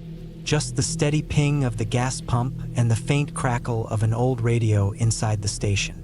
There was no attendant in sight, just a grimy counter and a shelf stocked with expired snacks. I waited by the pump for a minute, glancing around, but no one came out. Finally, I decided to go inside. The door creaked when I pushed it open, and the little bell above jingled weakly. The smell hit me right away, stale air mixed with old coffee and something faintly metallic. There was a counter with a cash register and a dusty rack of maps by the window. Behind the counter, a door stood slightly ajar, leading to what I guessed was a back room or storage area. "Hello," I called out, my voice sounding too loud in the empty space. No answer. I walked up to the counter and tapped on it, leaning slightly to peek into the back room. Still nothing. For a second, I thought maybe the place was just abandoned and the pumps were left running. But there was a steaming cup of coffee on the counter and a jacket draped over the chair behind it. Someone had been here. I turned back toward the door, suddenly feeling the weight of the silence pressing down on me. The sun was dipping lower, casting long shadows across the cracked asphalt outside. I felt an itch at the back of my neck, the kind you get when you know you're being watched. Then I heard it, a faint thud from the back room. Not loud, but distinct enough to make me freeze. It wasn't the kind of noise a building makes when it settles, and it definitely wasn't a raccoon knocking over a trash can. I should have walked out right then, gotten in my car and driven away, even if it meant running out of gas 20 miles down the road. But curiosity got the better of me, or maybe it was stubbornness. Either way, I stepped around the counter and moved toward the door. "Hey," I called again, my voice quieter this time. "You okay back there?" No response. The door creaked as I pushed it open wider. The back room was dimly lit by a single overhead bulb, swaying gently as if it had just been bumped. The room was cluttered with boxes, cleaning supplies, and an old metal desk covered in papers. At first, I didn't see anything unusual, just a messy storage room. But then I noticed the door at the far end of the room, slightly open. A cold draft seeped through the crack, carrying with it a faint, earthy smell, like damp soil and rotting leaves. I hesitated, every instinct screaming at me to turn around. But something about that open door felt like an invitation I couldn't ignore. I stepped closer, my footsteps echoing softly on the concrete floor. The door led to a narrow staircase, descending into darkness. I stood at the top, peering down. The smell was stronger here, almost suffocating. I could barely make out the bottom of the stairs, where the faint outline of a dirt floor came into view. I took a step down, the old wood creaking under my weight. Then another. The air grew colder with each step, the darkness wrapping around me like a heavy blanket. By the time I reached the bottom, I could barely see anything. My phone's flashlight barely cut through the thick shadows. The floor was packed dirt, uneven and damp.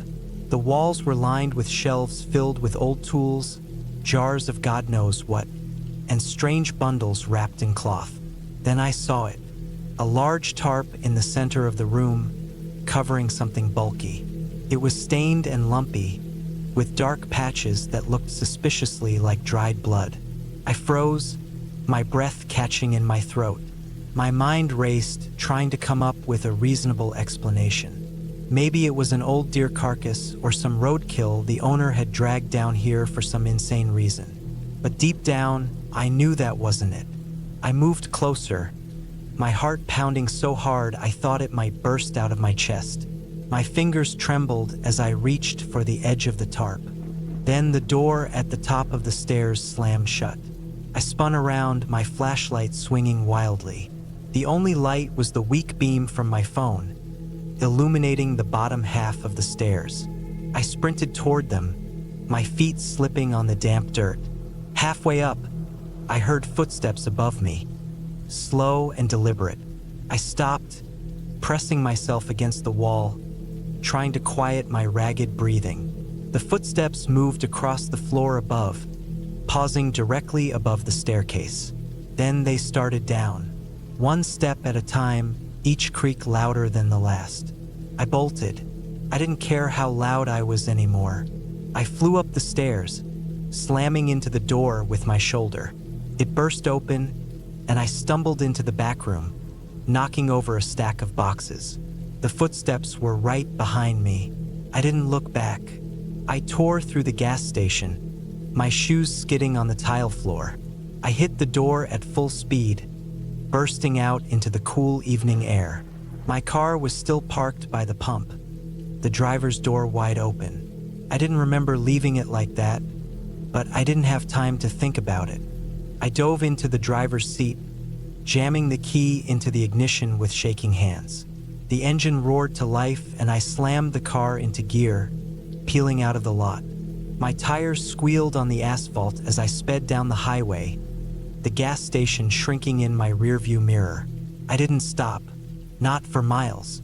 Not until the neon lights of a diner came into view, glowing like a beacon in the dark. I pulled into the parking lot, my hands still trembling as I killed the engine. For a long time, I just sat there, staring out at the empty highway.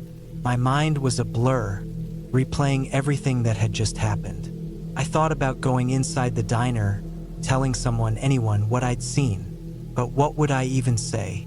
Instead, I sat there until my breathing slowed and the trembling in my hands stopped. I told myself it was over, that whatever had happened back there, it was done. But deep down, I knew I'd never really forget that gas station, or the footsteps, or the cold, dark room beneath it. And I knew, without a doubt, that I would never drive that stretch of highway again.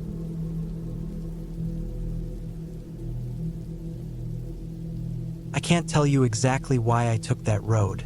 Maybe it was curiosity, or maybe it was just a bad decision fueled by tired eyes and the kind of stubbornness that creeps in after hours of driving alone. Either way, it happened. And now, looking back, I wish I'd stayed on the highway. Started around 3 in the afternoon. I was driving through a stretch of the Midwest, flat, open country for miles. The kind of place where you could stand on the side of the road and watch your dog run away for 3 days. There wasn't much out there, just an endless ribbon of road cutting through fields and the occasional abandoned barn, leaning like it had given up a long time ago. My plan was simple: make it to the next town before dark, grab a motel room, and crash for the night. But somewhere along the way, I decided to take a shortcut. I'd seen a narrow road branching off the main highway. No signs, no markers, just a cracked asphalt path leading into the horizon. I figured it might shave off some time, and honestly, I was sick of staring at the same stretch of highway. The first few miles were fine. The road was rough but manageable. It twisted and turned in ways the highway never did, cutting through patches of trees and low hills. I even started to enjoy it. The countryside was peaceful, the kind of quiet you don't get in the city. Birds chirped, and the wind whispered through the grass. Felt like stepping back in time. But then, things changed. The road got narrower.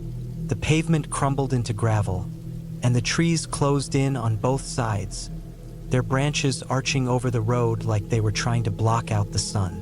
My car rattled and bounced over the uneven surface. I told myself it was fine. Just a few miles and I'd hit another main road.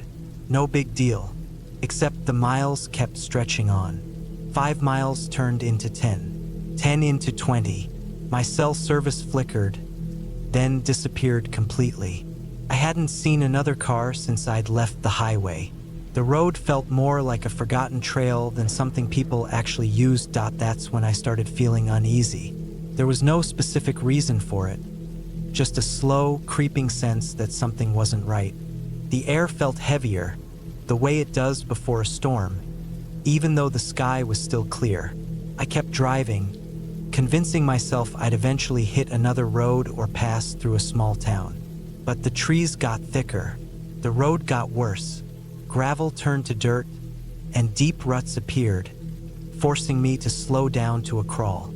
My car's tires slid and crunched as I tried to navigate around holes that looked deep enough to swallow the front end. I'd never felt so isolated. Even the birds had gone quiet. After what felt like hours, I finally saw something up ahead. A house. Well, more like the remains of one. It sat back from the road, half hidden behind tangled bushes and trees. The roof had caved in on one side, and the windows were dark and empty. A rusted-out truck sat in what had once been a driveway, its tires flat and its body covered in a thick layer of grime. I slowed down as I passed, peering out the window. The house looked abandoned, but something about it made my skin crawl. I couldn't put my finger on it, but I felt like I was being watched. My eyes darted from window to window, half expecting to see someone staring back at me. But there was nothing, just shadows. I pressed the gas, eager to put some distance between me and that house. My heart was beating a little faster now. I told myself it was just my imagination. Old houses are creepy. It's normal to feel uneasy, but the road didn't let up.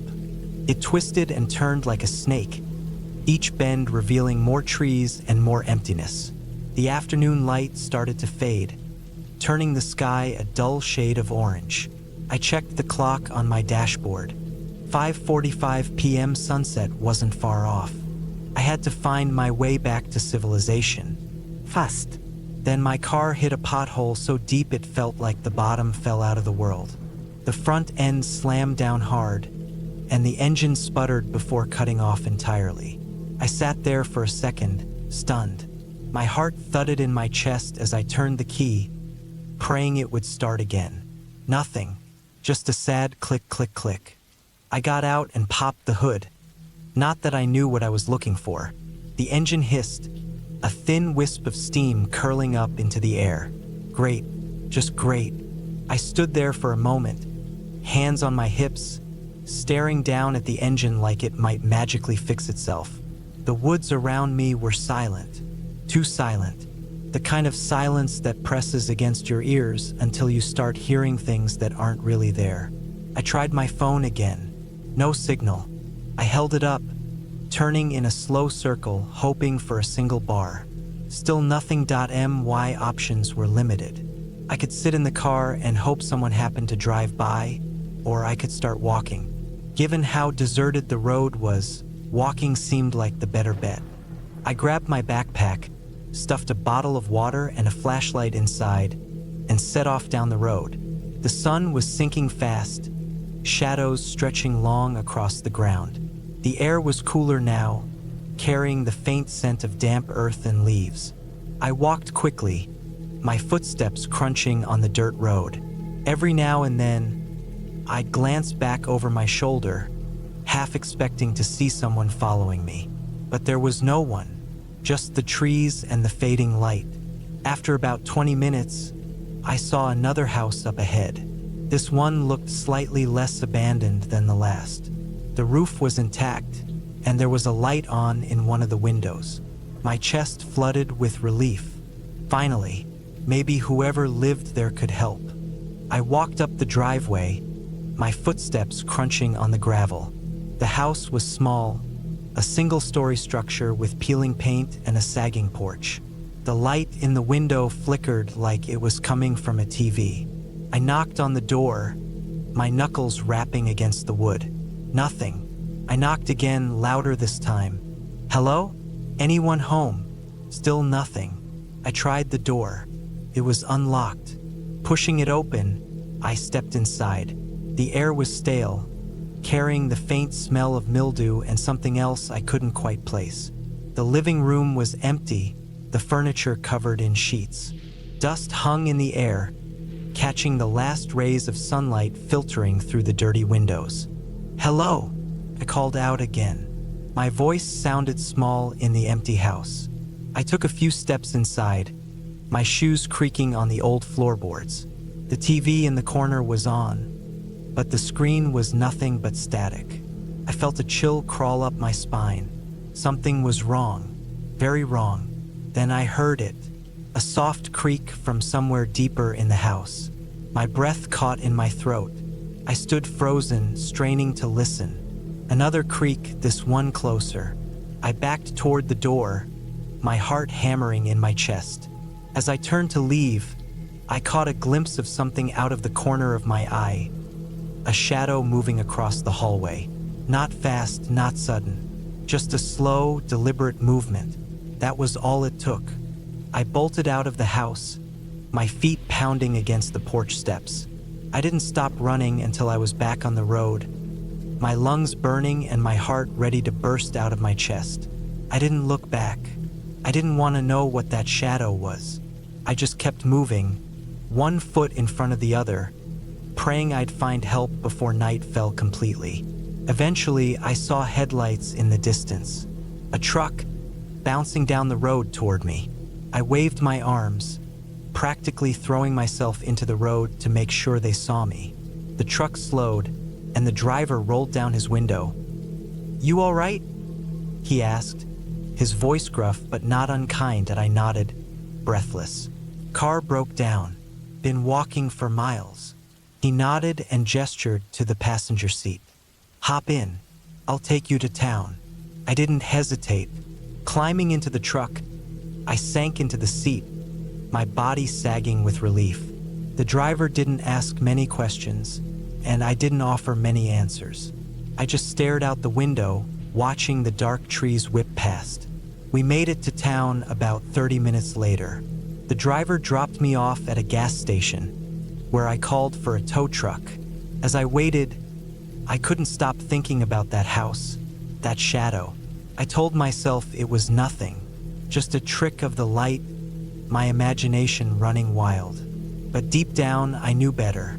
Something was out there in those woods, something I didn't want to understand, and I was never taking a shortcut again.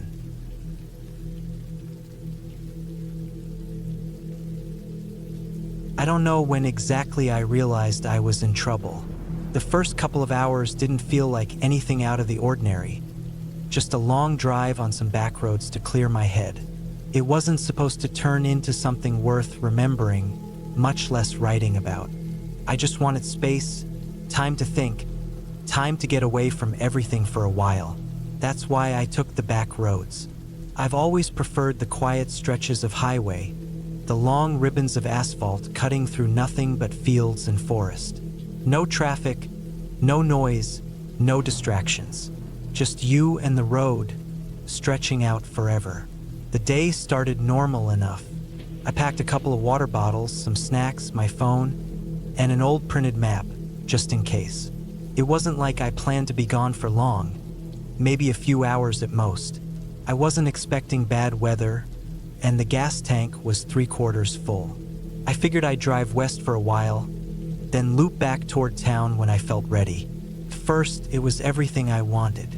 No one around for miles, just me and the hum of the engine. The windows were down, and the air smelled like pine and cut grass. I passed a few farmhouses, the kind that looked abandoned but might still have someone living there. A rusty truck in the yard, a half-collapsed barn leaning to one side. Nothing unusual for these parts. The further I drove, the fewer houses I saw. Eventually, there were none. Just trees and the occasional dirt road branching off into the woods. I lost track of how many miles I'd covered. Felt good, not knowing where I was or where I was going. The sun was high, and everything felt wide open and endless. Then the first weird thing happened. I hit a crossroads.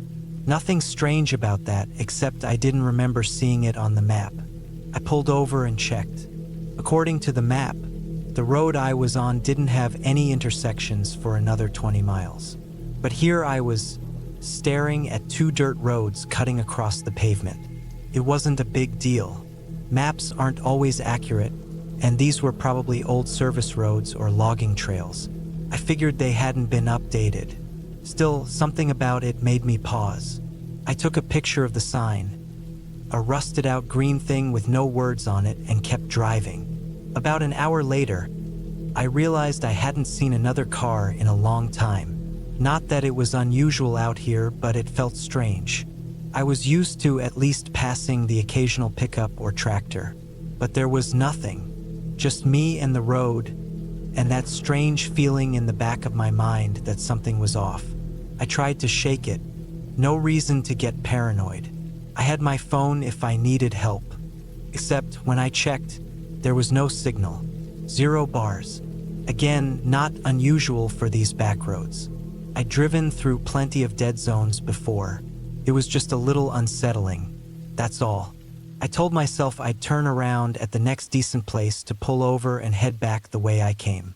Except there wasn't any place to turn around. The road was narrow with thick trees on either side. I would have had to reverse a long way to find a clearing wide enough, and I wasn't keen on backing up blindly in the middle of nowhere. So I kept going, hoping the road would eventually loop around or widen out. Didn't. Instead, the pavement turned to gravel, then to dirt. I slowed down, trying to decide if I should keep going or stop and figure things out. The sun was starting to dip lower, casting long shadows across the trees. I was tired, hungry, and starting to get that gnawing feeling in my gut. The one that tells you something is wrong, even if you can't put your finger on it. Then I saw the house. It was barely visible through the trees, just a flash of white paint and dark windows. It didn't look like anyone had lived there in a long time. The roof sagged in places, and the front porch was leaning so far to one side I thought it might collapse. But it was a house, and I figured maybe I could ask for directions. I pulled off the road onto what was left of the driveway, more like a pair of ruts in the grass, and parked in front of the house. The engine ticked as it cooled, and for a moment, everything was perfectly still. I didn't get out right away. Something about the place made me uneasy. Maybe it was the silence or the way the windows seemed to watch me. I sat there for a minute trying to decide what to do.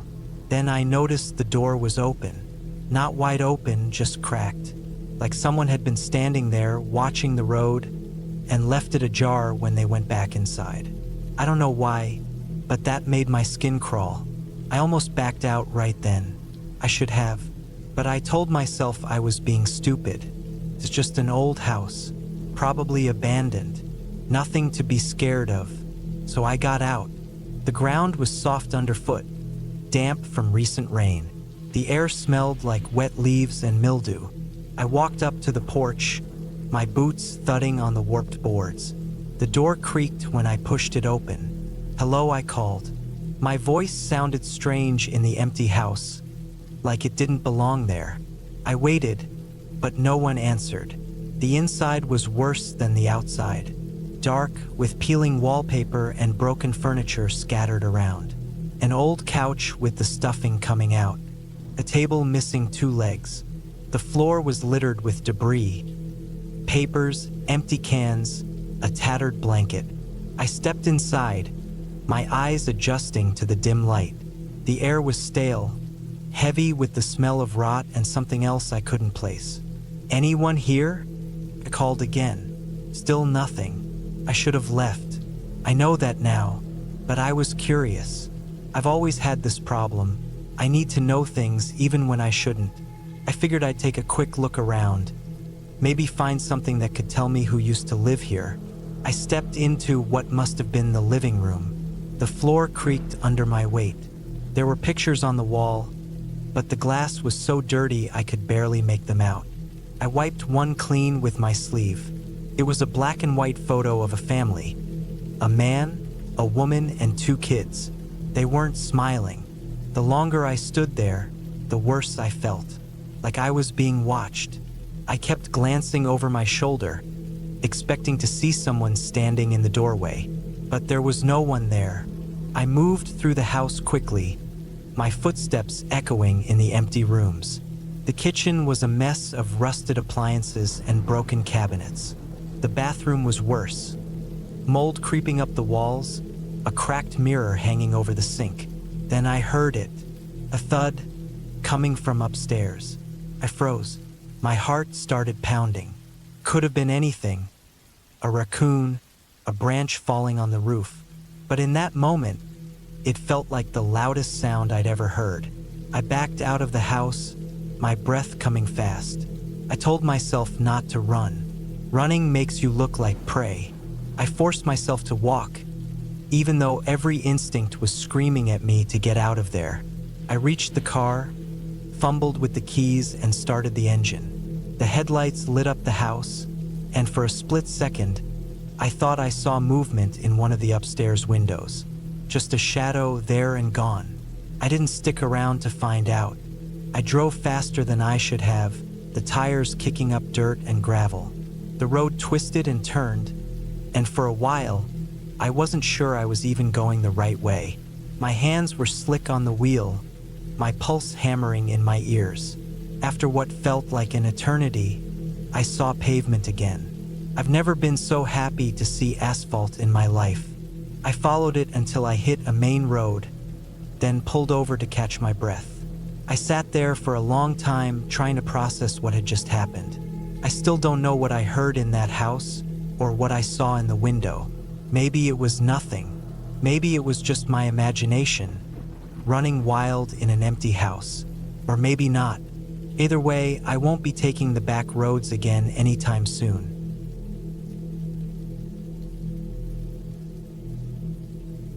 It started with a simple drive.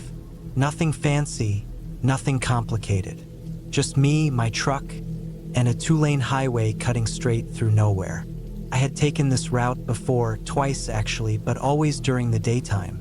The road was quiet, isolated, and stretched forever. That's what I liked about it. No traffic, no distractions, just open land as far as the eye could see. I left around dusk, thinking I'd make it home well before midnight. That was the plan, at least. The first hour was uneventful. I cruised along, watching the horizon swallow the last bit of daylight. The sun dipped lower, bleeding red and orange across the sky before fading into deep blue. Soon enough, it was dark. Really dark. The kind of dark you only find far away from cities, where there's no glow from streetlights or neon signs. Just pitch black all around you, broken only by the narrow beam of your headlights. I wasn't nervous at first. I'd always liked driving at night. Felt peaceful, almost calming. The hum of the engine, the steady rhythm of the tires on the asphalt. It all worked together to create a kind of white noise that I found soothing.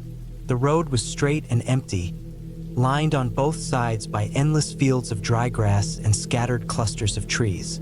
No towns, no houses, no signs of life. Just the road and the night. But then my truck started acting up. It began with a small hiccup, nothing serious, just a stutter in the engine. I ignored it at first, assuming it was a fluke. But then it happened again, and again. Each time, the engine cut out for a split second before roaring back to life. "Come on," I muttered under my breath, gripping the steering wheel a little tighter. I glanced at the dashboard. No warning lights. The temperature gauge was fine. The fuel gauge showed a quarter tank, plenty to get me where I was going. Still, the engine kept stuttering, each hiccup lasting a little longer than the last. By the time I hit the second hour of driving, the stuttering had turned into full-blown sputtering. The truck struggled to maintain speed, jerking forward in short bursts before slowing down again. I let off the gas and coasted for a bit, hoping it would smooth out. Didn't. Finally, the engine gave one last cough and died completely. I coasted to the side of the road and rolled to a stop. The silence was deafening. I sat there for a moment, staring at the dark road ahead of me. My headlights stretched out into the distance, illuminating nothing but empty pavement and more fields. I tried turning the key again. The engine cranked but wouldn't start. "Great," I said to no one. I popped the hood and stepped out of the truck. The air was cool and dry, with just a hint of wind rustling through the grass. My boots crunched on the gravel shoulder as I walked around to the front of the truck. I lifted the hood and leaned in, shining my phone's flashlight onto the engine. I'm no mechanic, but I knew enough to check the basics. The battery connections were tight. No obvious leaks. The belts looked fine. I checked the oil. It was a little low, but not dangerously so. Everything looked normal. I tried the key again. Nothing. That's when it hit me how alone I really was. No cars had passed in the last 30 minutes. No lights in the distance. No cell service. I pulled out my phone and stared at the screen. No bars. Not even a single dot of signal. Just a little no service message in the corner. I cursed under my breath. I knew there was a small town about 40 miles up the road. If I could just get the truck started again, I could make it there and find help. But the truck wasn't going anywhere. I considered my options. I could wait and hope someone drove by, but who knew how long that would take? Hours? Maybe all night? Or I could start walking and try to find help on foot. I looked down the road, weighing my choices. The idea of walking through the middle of nowhere in the dead of night wasn't exactly appealing, but sitting in a dead truck all night didn't seem much better. At least if I walked, I'd be doing something. I grabbed a flashlight from the glove compartment and stuffed it into my pocket, along with my phone and a bottle of water. I locked the truck and started walking. It didn't take long for the silence to get to me. First, I welcomed it.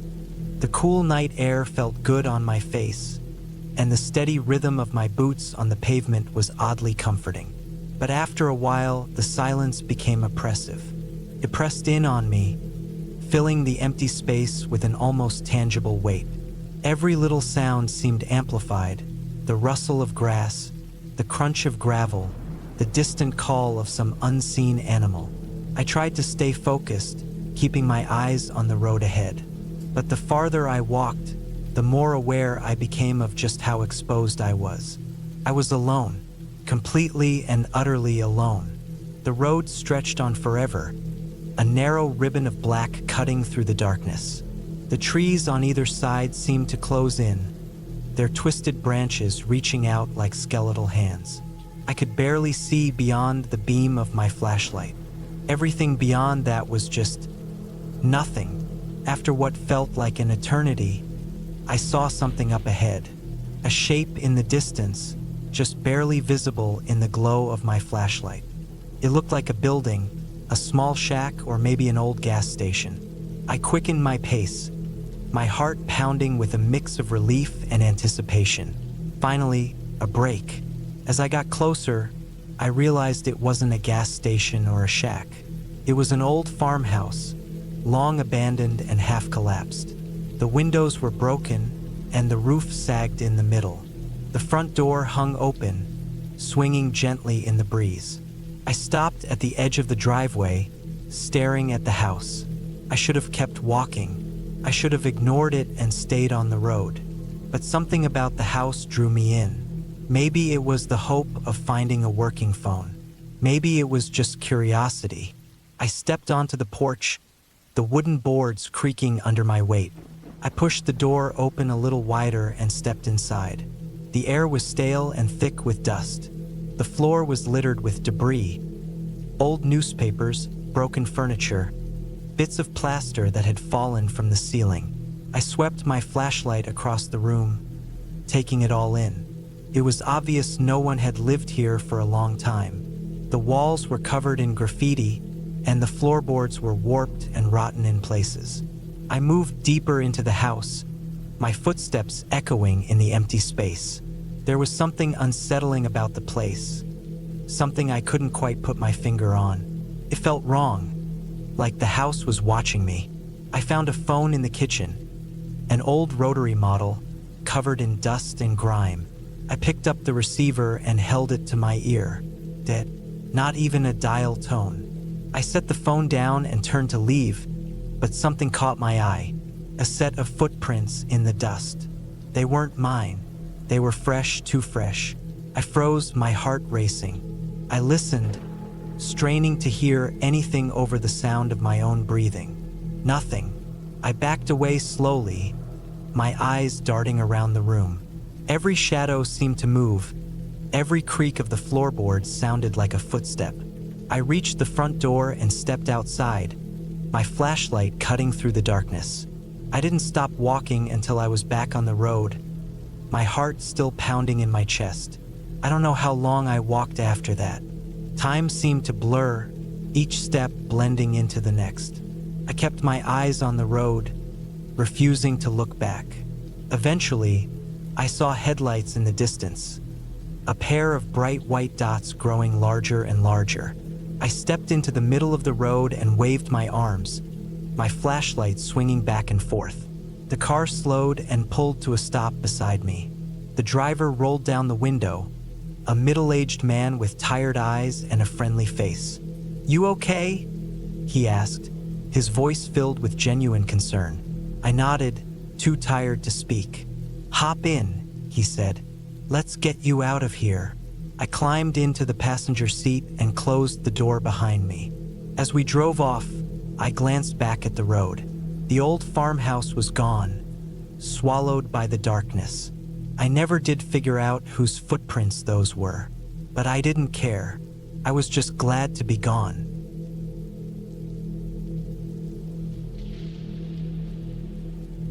It was supposed to be a simple drive, a 3-hour trip to a cabin my cousin owned, nestled in the middle of nowhere. A quiet retreat, something I thought I needed after everything going on lately. Work stress, personal stuff. My head felt like it had been buzzing for weeks, and this was supposed to help clear it up. The plan was to leave around noon, get there before sunset, settle in, and just have some peace and quiet for the weekend. It sounded nice when I imagined it. No people, no noise, just me and the woods. But things don't always go the way you expect. The trouble started about halfway through the drive.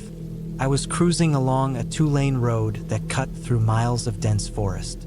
No other cars in sight. The sun hung low, casting long shadows across the asphalt. I noticed my gas gauge dipping lower than I remembered. It wasn't too bad, but enough to make me pay attention. Then my phone lost service. No bars, not even a sliver of a signal. I tried refreshing it a few times, but nothing came back. I wasn't too worried at first. It's normal in places like this, I figured. I'd just check again when I got closer to the cabin. The trees seemed to close in the further I went. The road got narrower, too. Barely wide enough for 2 cars to pass, though there still weren't any in sight. My headlights weren't on yet, but the sun was fading fast. I kept driving, glancing at the gas gauge more often now. The needle was dangerously close to empty. I cursed under my breath, tapping the dash like it would somehow change anything. The GPS was useless without service, so I had no idea how far I was from the cabin or the nearest gas station. Then, like some kind of twisted miracle, I spotted a small sign on the side of the road, faded and crooked, almost hidden by the brush. It read "Gas, 10 miles," with an arrow pointing down a dirt road to the right. I hesitated for a second, slowing down. The dirt road looked rough, barely wide enough for my car, but I figured 10 miles wasn't too bad. I could make it there and back before it got too dark. Better than running out of gas in the middle of nowhere.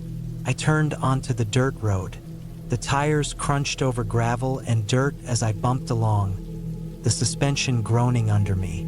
The trees pressed even closer here, their branches clawing at the sides of the car like they were trying to keep me out. The road twisted and turned, dipping into small valleys and climbing steep hills. After a few miles, I started feeling uneasy. There were no signs of any buildings or people, just more trees and more road. My gas gauge was almost on empty now, the little warning light glaring at me from the dash. I told myself to keep going. 10 miles. That's what the sign said. I come this far, and turning back now didn't make sense. But the further I went, the worse it got. The road narrowed even more, the gravel giving way to patches of mud and rocks. My tires spun a few times, struggling for traction. The sun was nearly gone, just a faint orange glow on the horizon, and the shadows had swallowed the forest whole. Then, out of nowhere, my car sputtered. I felt the engine lose power, the acceleration dropping away like I'd hit a wall. I pressed the gas pedal again, but nothing happened. The engine coughed once, twice, then died completely. The car rolled to a stop in the middle of the road. I sat there for a second, gripping the steering wheel, my heart pounding in my chest. "Shit," I muttered. I tried turning the key, but the engine just clicked. Not even a hint of life left in it. I checked my phone again, hoping for some miracle signal, but the screen stayed blank. No bars, no nothing. I was completely alone. I climbed out of the car, the cool evening air wrapping around me. It smelled like damp earth and pine, thick and heavy. The forest was deathly quiet, not even a hint of wind to stir the branches. Just silence. I popped the hood, though I had no idea what I was looking for.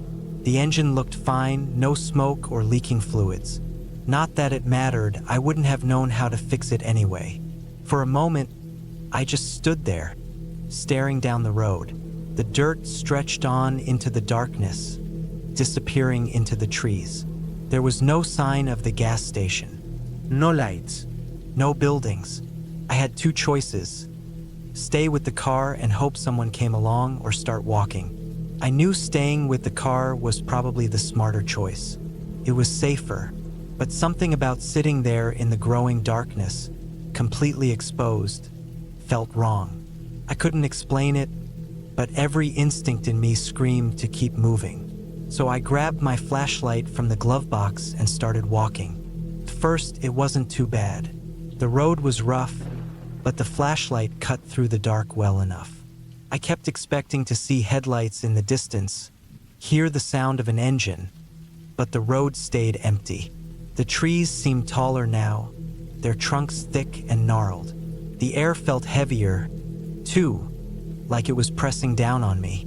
I found myself checking over my shoulder every few minutes, the beam of my flashlight sweeping through the woods. I tried not to think about how far I'd gone, or how far I had left to go. After what felt like forever, I spotted something up ahead, a small clearing barely visible through the trees. For a second, I thought it might be the gas station. Relief flooded through me as I hurried toward it, my footsteps crunching on the gravel. But as I got closer, I realized it wasn't a gas station at all. It was an old house. It looked abandoned, 2 stories tall, with boarded-up windows and a sagging roof. The paint had peeled away, leaving bare wood exposed to the elements. The front porch leaned dangerously to one side, the railing missing several posts. I stopped at the edge of the clearing, shining my flashlight at the house. There was no car in the driveway, no lights in the windows, no sign of anyone living there. But I couldn't shake the feeling that someone was watching me. I stood there for a long time, debating whether to go closer. Part of me wanted to check it out just to see if there was a phone or something I could use. But another part of me, the smarter part, knew it was a bad idea. I took a step back, my breath catching in my throat. Then I heard it, a sound from inside the house. It was faint, barely audible over the pounding in my chest. But it was there. A soft creak, like a floorboard shifting underfoot. I froze, every muscle in my body tensing. I waited, straining to hear anything else. But the house went silent again, like it had been holding its breath. I didn't wait to find out what it was. I turned and started walking back down the road, my flashlight swinging wildly in front of me. My footsteps sounded too loud, each one echoing in the stillness. I forced myself to keep moving, resisting the urge to break into a run. The road stretched on forever, each step feeling heavier than the last. The trees seemed to close in around me, their branches reaching out like skeletal fingers.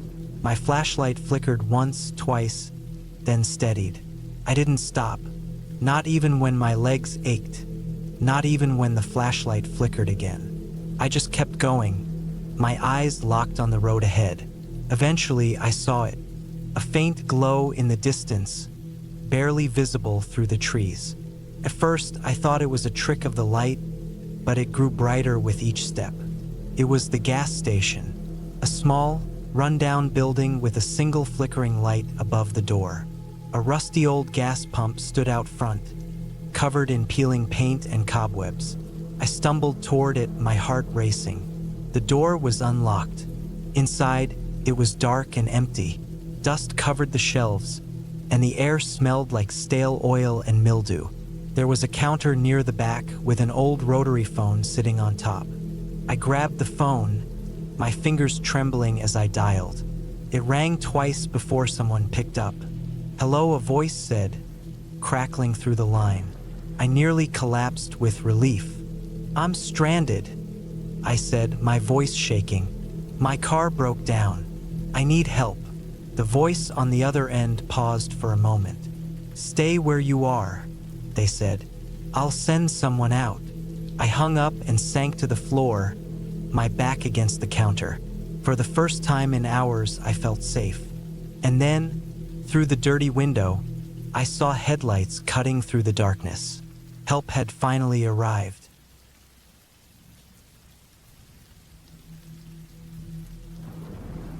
The road stretched ahead, gray and cracked, disappearing into the horizon like it had no intention of ever ending.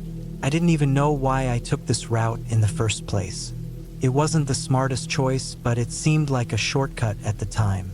You'd think after living in this area for years, I'd know better than to trust the GPS when it suggested a back road shortcut. It was one of those late fall afternoons when the sky stays gray all day. It looked like it could rain at any minute, but never actually did. The trees lining the road were mostly bare, their branches thin and skeletal, like they'd been picked clean by the wind. The whole area felt hollow. Empty fields stretched on both sides, broken by the occasional patch of trees or a sagging, weather-beaten barn that looked like it hadn't housed anything but ghosts of hay bales in decades. The gas gauge was dropping fast. I'd noticed it when it hit a quarter tank, and I had this brief moment of panic. There was no sign of a gas station anywhere, just mile after mile of nothingness. I kept telling myself there had to be something soon. Some small town, a rest stop, anything. I didn't want to pull over and check my phone because there was no service out here. My phone might as well have been a brick at that point. The first real jolt of fear hit when I realized just how quiet everything was. Not peaceful quiet, dead quiet. No birds, no wind, no passing cars. Not even the distant hum of machinery from a farm or something. It was just my engine and my tires crunching over the cracked asphalt. After about 30 more minutes of driving, the needle was dangerously close to E. I was sweating a little, even though the temperature outside was probably in the low 50s. I tried to stay calm, telling myself it wasn't a big deal. Worst case scenario, I'd run out of gas and have to walk back the way I came until I found some sign of life. I wasn't dressed for a long walk, but I had a jacket in the back seat, so it could have been worse. That's when the engine started to sputter. I let out this half laugh, half groan, like I couldn't believe it was actually happening. I pumped the gas pedal a few times, hoping it would catch, but no luck. The car rolled to a stop right there in the middle of the road. No shoulder, no pull-off area, just dead in the center of this empty stretch of nowhere. I sat there for a minute, gripping the steering wheel, staring at the dashboard like it could somehow fix itself if I gave it long enough. The trees swayed slightly in the distance, but it was so quiet I could hear my own breathing. "All right," I muttered to myself, "time to walk." I grabbed my jacket from the back seat and slipped my phone into my pocket out of habit, even though it was useless.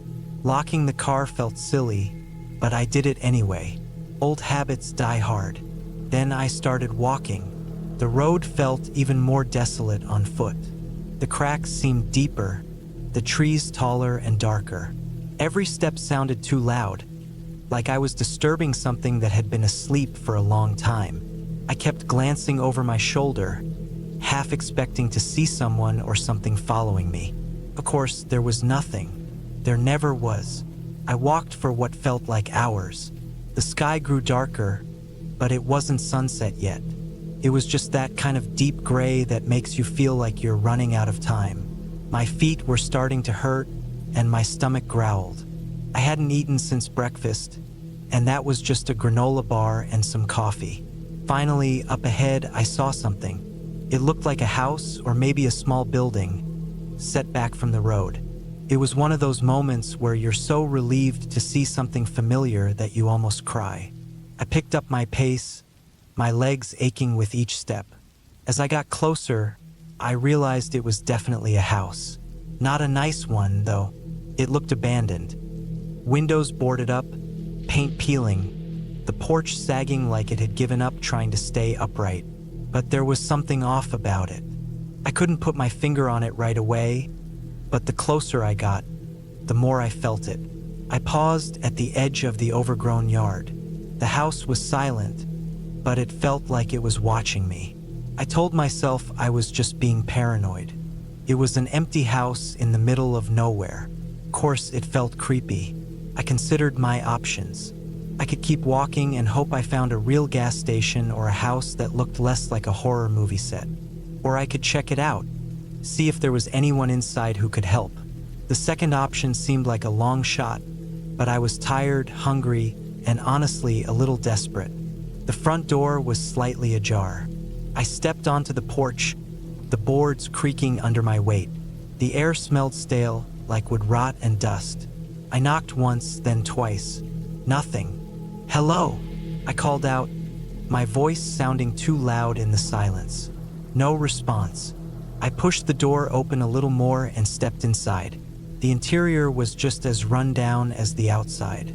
The floor was covered in a thin layer of dirt and dead leaves, and the wallpaper was peeling in long strips. Furniture was scattered around, old chairs, a broken table, but it all looked like it hadn't been touched in years. I walked through the front room, my footsteps echoing. I found a small kitchen at the back. The sink was full of rust-colored water, and there was an old fridge humming softly in the corner. That was the first thing that struck me as weird. If the place was abandoned, why was the fridge still on? I opened it out of curiosity, and the smell hit me instantly. Rotten food, spoiled milk, something sour and putrid. I gagged and slammed it shut. The power might have been on, but no one had cleaned that thing out in a long time. That's when I heard it. A soft creak from upstairs. My heart stopped for a second, and I froze. I tried to tell myself it was just the house settling, but it didn't feel right. It sounded too deliberate, too much like a footstep. I stood there, holding my breath, straining to listen. Another creak, this time closer, like it was coming down the stairs. I didn't wait to find out what it was. I turned and bolted out the front door, my feet barely touching the ground. I didn't look back until I was halfway down the road. There was nothing there. No one standing in the doorway, no movement in the windows. Just the house, silent and still, like it had been the whole time. I kept walking, my pulse hammering in my ears. My mind raced, trying to make sense of what had just happened. Maybe it really was just the house settling. Or maybe there was someone in there, a squatter or something. Either way, I wasn't sticking around to find out. Eventually, I saw headlights in the distance. Pickup truck rattling down the road toward me. I waved my arms like a maniac, practically jumping into the road. The truck slowed, and the driver, a man in his 60s with a worn-out baseball cap, rolled down his window. "You all right?" he asked, eyeing me like I just crawled out of a ditch. "Ran out of gas," I said, trying to catch my breath. "Been walking for hours." He nodded. "Hop in. Closest gas station's about 15 miles back." I climbed into the passenger seat, sinking into the worn-out cushion with a sigh of relief. As we drove past the house, I glanced back one last time. It was still there, still quiet. I never did find out who or what was in that house. Maybe it was nothing, just an old building creaking under its own weight. Or maybe it was something else entirely. All I know is I never took that shortcut again, and I never will.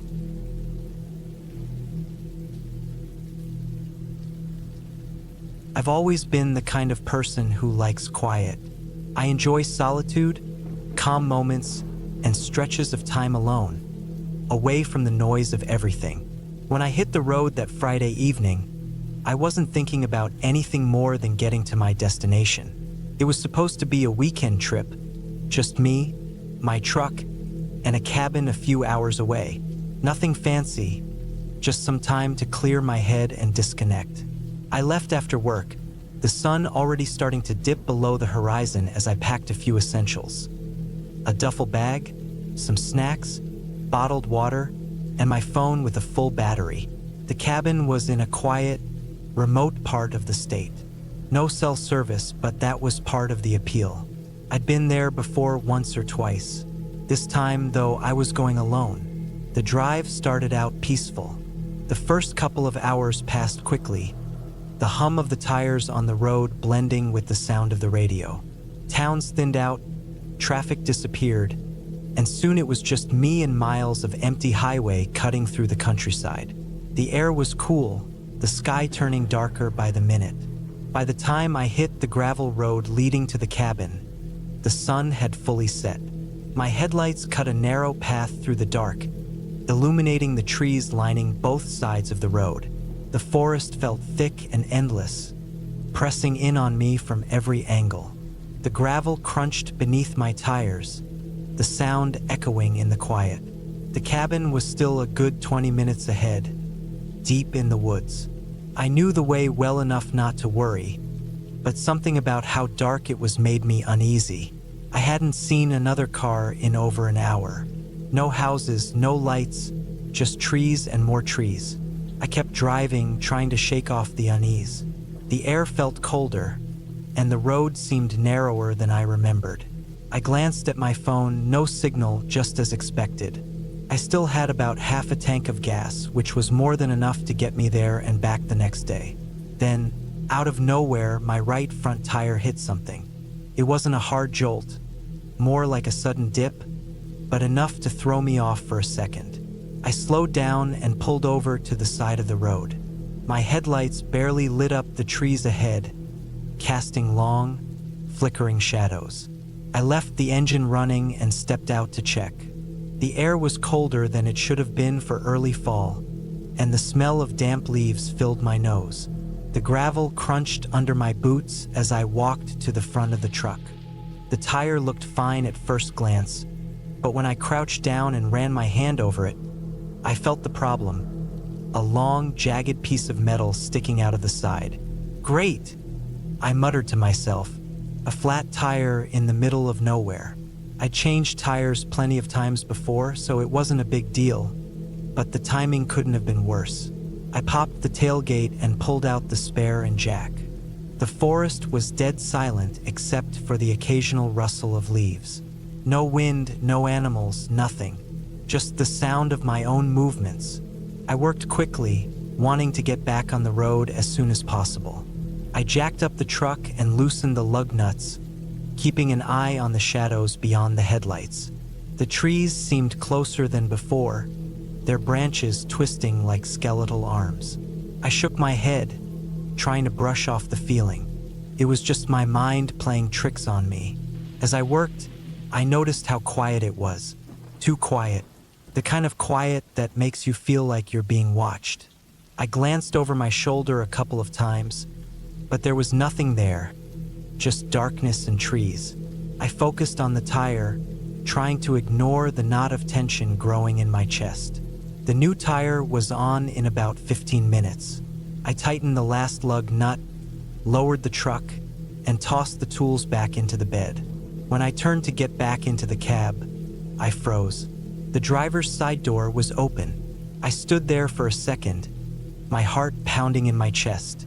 I was sure I had closed it when I got out. I remembered the click of the latch, the weight of the door as I pushed it shut. But now it was wide open, the interior light casting a dull glow onto the gravel.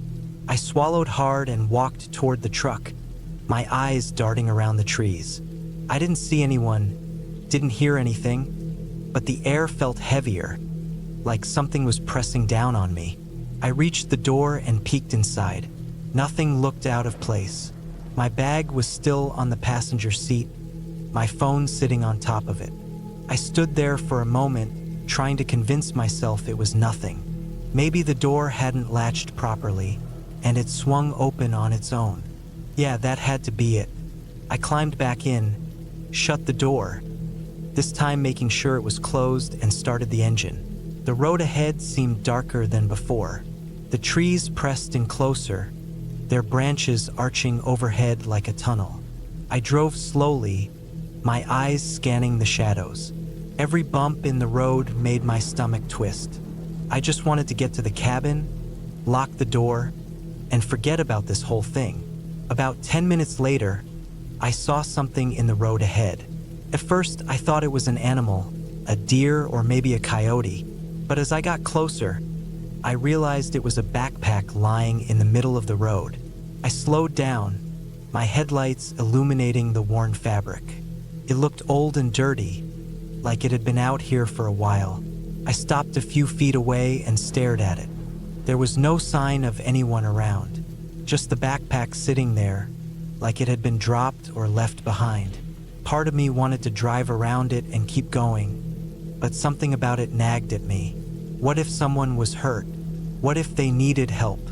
I left the engine running and stepped out, leaving the driver's side door open this time. The cold air hit me like a slap, and the smell of damp earth filled my nose. I walked toward the backpack, my footsteps crunching on the gravel. When I reached it, I nudged it with my boot. It felt heavy, like it was full of something.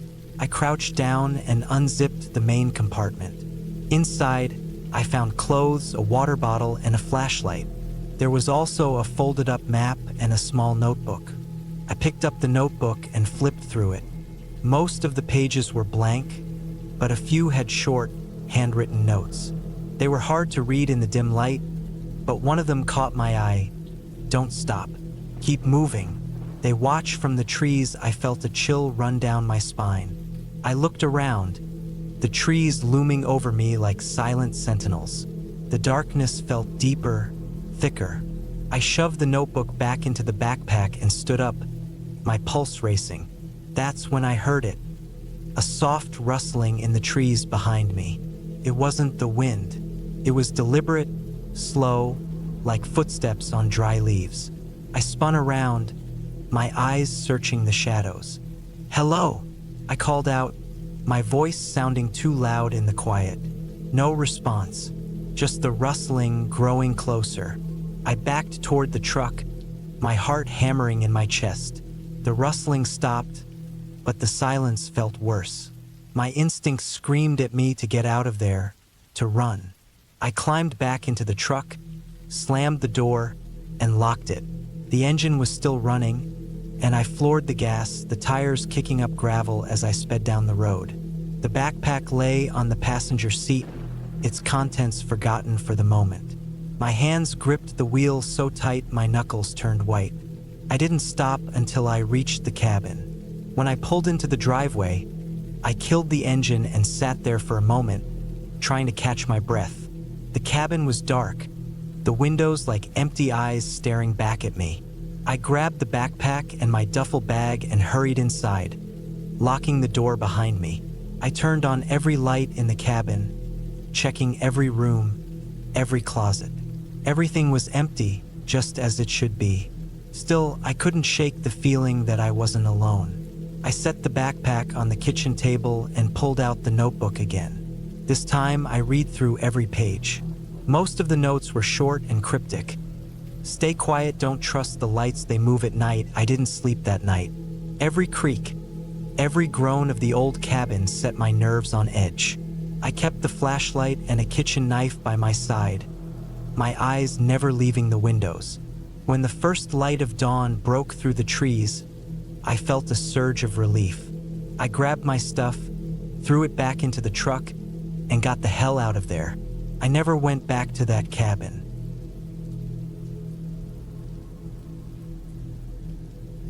It started as just another road trip, a way to clear my head and get some time away from the noise.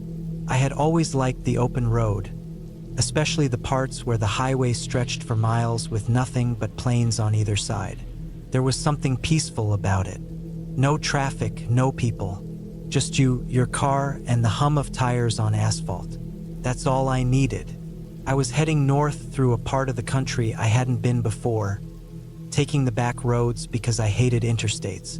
The kind of roads where you might not see another car for hours, where gas stations are rare, and the only signs of life are the occasional farmhouse or a rusting truck parked on the side of a gravel road. The weather was decent enough, cold but clear, and I figured I'd make it to the next town before dark. My tank was just under half full. I wasn't worried. I had driven through worse places with less gas and still made it. The road rolled out in front of me, empty and endless, like a strip of gray cutting through the dried-out fields. About an hour in, I noticed how quiet everything felt. Not just the road, but the land itself. No birds. No wind, just an eerie stillness that settled into my chest. I brushed it off as nothing more than the isolation. I hadn't seen another car in at least 30 minutes. Then the trouble started. I glanced down at my dashboard and noticed the temperature gauge climbing. Fast. Too fast. At first, I thought it had to be a glitch. My car wasn't that old, and I'd kept it in good shape. But when the engine started to sputter, my stomach sank. Shit, I muttered. I pulled over to the side of the road, gravel crunching under my tires. Steam started hissing from under the hood. I turned off the engine and sat there for a second, staring out at the empty landscape. Nothing but dead grass and power lines stretching into the horizon. I popped the hood and got out. The cold hit me hard, biting at my face and hands. The engine was hot to the touch, and steam was rising from the radiator. I didn't know much about cars, but I knew enough to realize this wasn't something I could fix on my own. I stood there for a minute, listening to the soft ticking of the cooling engine. No cars in sight, no houses, no signs of life at all. Just me and the road. I pulled out my phone. No signal, of course. I tried walking around, holding the phone up like an idiot, hoping for even one bar. Nothing. I leaned against the car, staring down the road in both directions. Felt like standing on the edge of the world, where everything just stopped. The sun was starting to dip toward the horizon, and I knew I didn't have much daylight left. I had two choices: stay with the car and hope someone came along, or start walking. I checked the map on my phone. According to the GPS, which barely loaded, I was at least 15 miles from the nearest town. No way I'd make it before dark. Still, sitting around didn't feel like an option. I grabbed my backpack from the trunk, stuffed a bottle of water and a flashlight inside, and started walking. The road stretched on forever, straight and flat, with nothing but fields on either side. The sky was turning that pale shade of gray-blue that comes just before dusk, and the temperature was dropping fast. My breath puffed out in little clouds, and my footsteps echoed in the silence. I kept glancing back at my car, watching it grow smaller and smaller until it was just a dot on the horizon. I walked for what felt like hours. The cold seeped into my bones, and my legs started to ache. I kept telling myself that someone would come by. Any minute now, a car would appear in the distance, and I'd wave it down, and everything would be fine. But no one came. Eventually, the sun slipped below the horizon, and darkness settled over the land. The stars came out, bright and cold, but they didn't offer much light. I switched on my flashlight, the beam cutting through the dark. It made me feel a little better, but not much. The road looked different at night, more isolated, more hostile. Every shadow seemed to stretch and shift, and the silence was almost oppressive. I kept walking, trying not to think about how alone I was. Then I heard it, a sound in the distance. At first, I thought it was just my imagination, a trick of the wind, maybe. But then I heard it again, a faint rustling, like something moving through the grass. I stopped and listened, my heart pounding. Nothing. I shook my head, laughing nervously. Just the wind. I kept walking, but the sound came again, closer this time. I swung my flashlight toward the field, the beam cutting through the darkness. The grass swayed gently in the breeze, but there was nothing else. Just an empty field stretching out into the night. I told myself I was being stupid. My mind was playing tricks on me, that's all. But I couldn't shake the feeling that I wasn't alone. I picked up the pace, my footsteps crunching on the gravel. The rustling seemed to follow me, staying just out of sight. Every time I turned around, the sound stopped.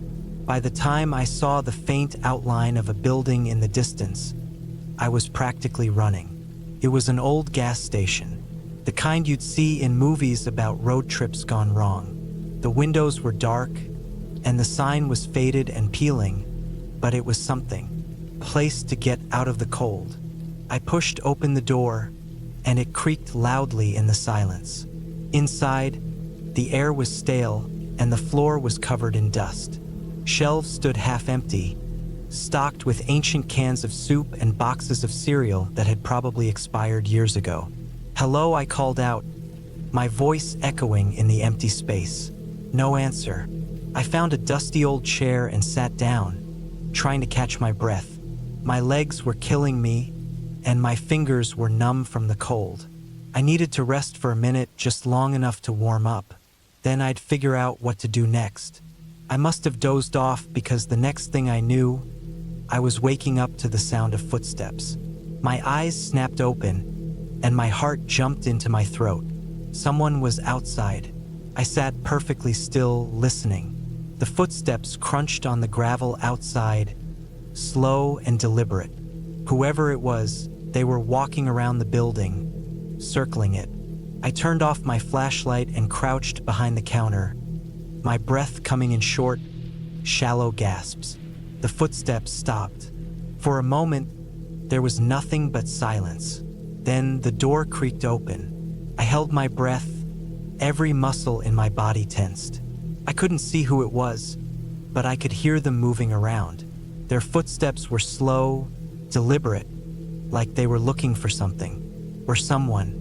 I stayed hidden, my heart pounding so hard I was sure they could hear it.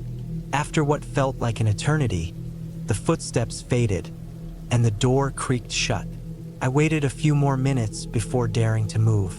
I peeked over the counter, my eyes scanning the darkened store. Empty. I grabbed my backpack and crept toward the door, my heart in my throat. I pushed it open slowly, the hinges squealing in protest. The night was still and silent. No sign of whoever had been there. I didn't stick around to find out if they were coming back. I ran down the road, my flashlight bouncing wildly in the dark. I didn't stop until I was sure I was far enough away. Eventually, I saw headlights in the distance. A truck was coming toward me, its engine rumbling in the quiet night. I waved my arms, nearly collapsing in relief when it pulled over. The driver rolled down the window, a middle-aged guy with a tired face. "You okay?" he asked. I nodded, trying to catch my breath. "Car broke down. Been walking for hours." He motioned for me to get in. "Come on, I'll take you to town." As I climbed into the truck, I glanced back down the road. The gas station was barely visible in the distance, just a dark shape against the night sky. I never found out who or what had been there with me, and I didn't want to.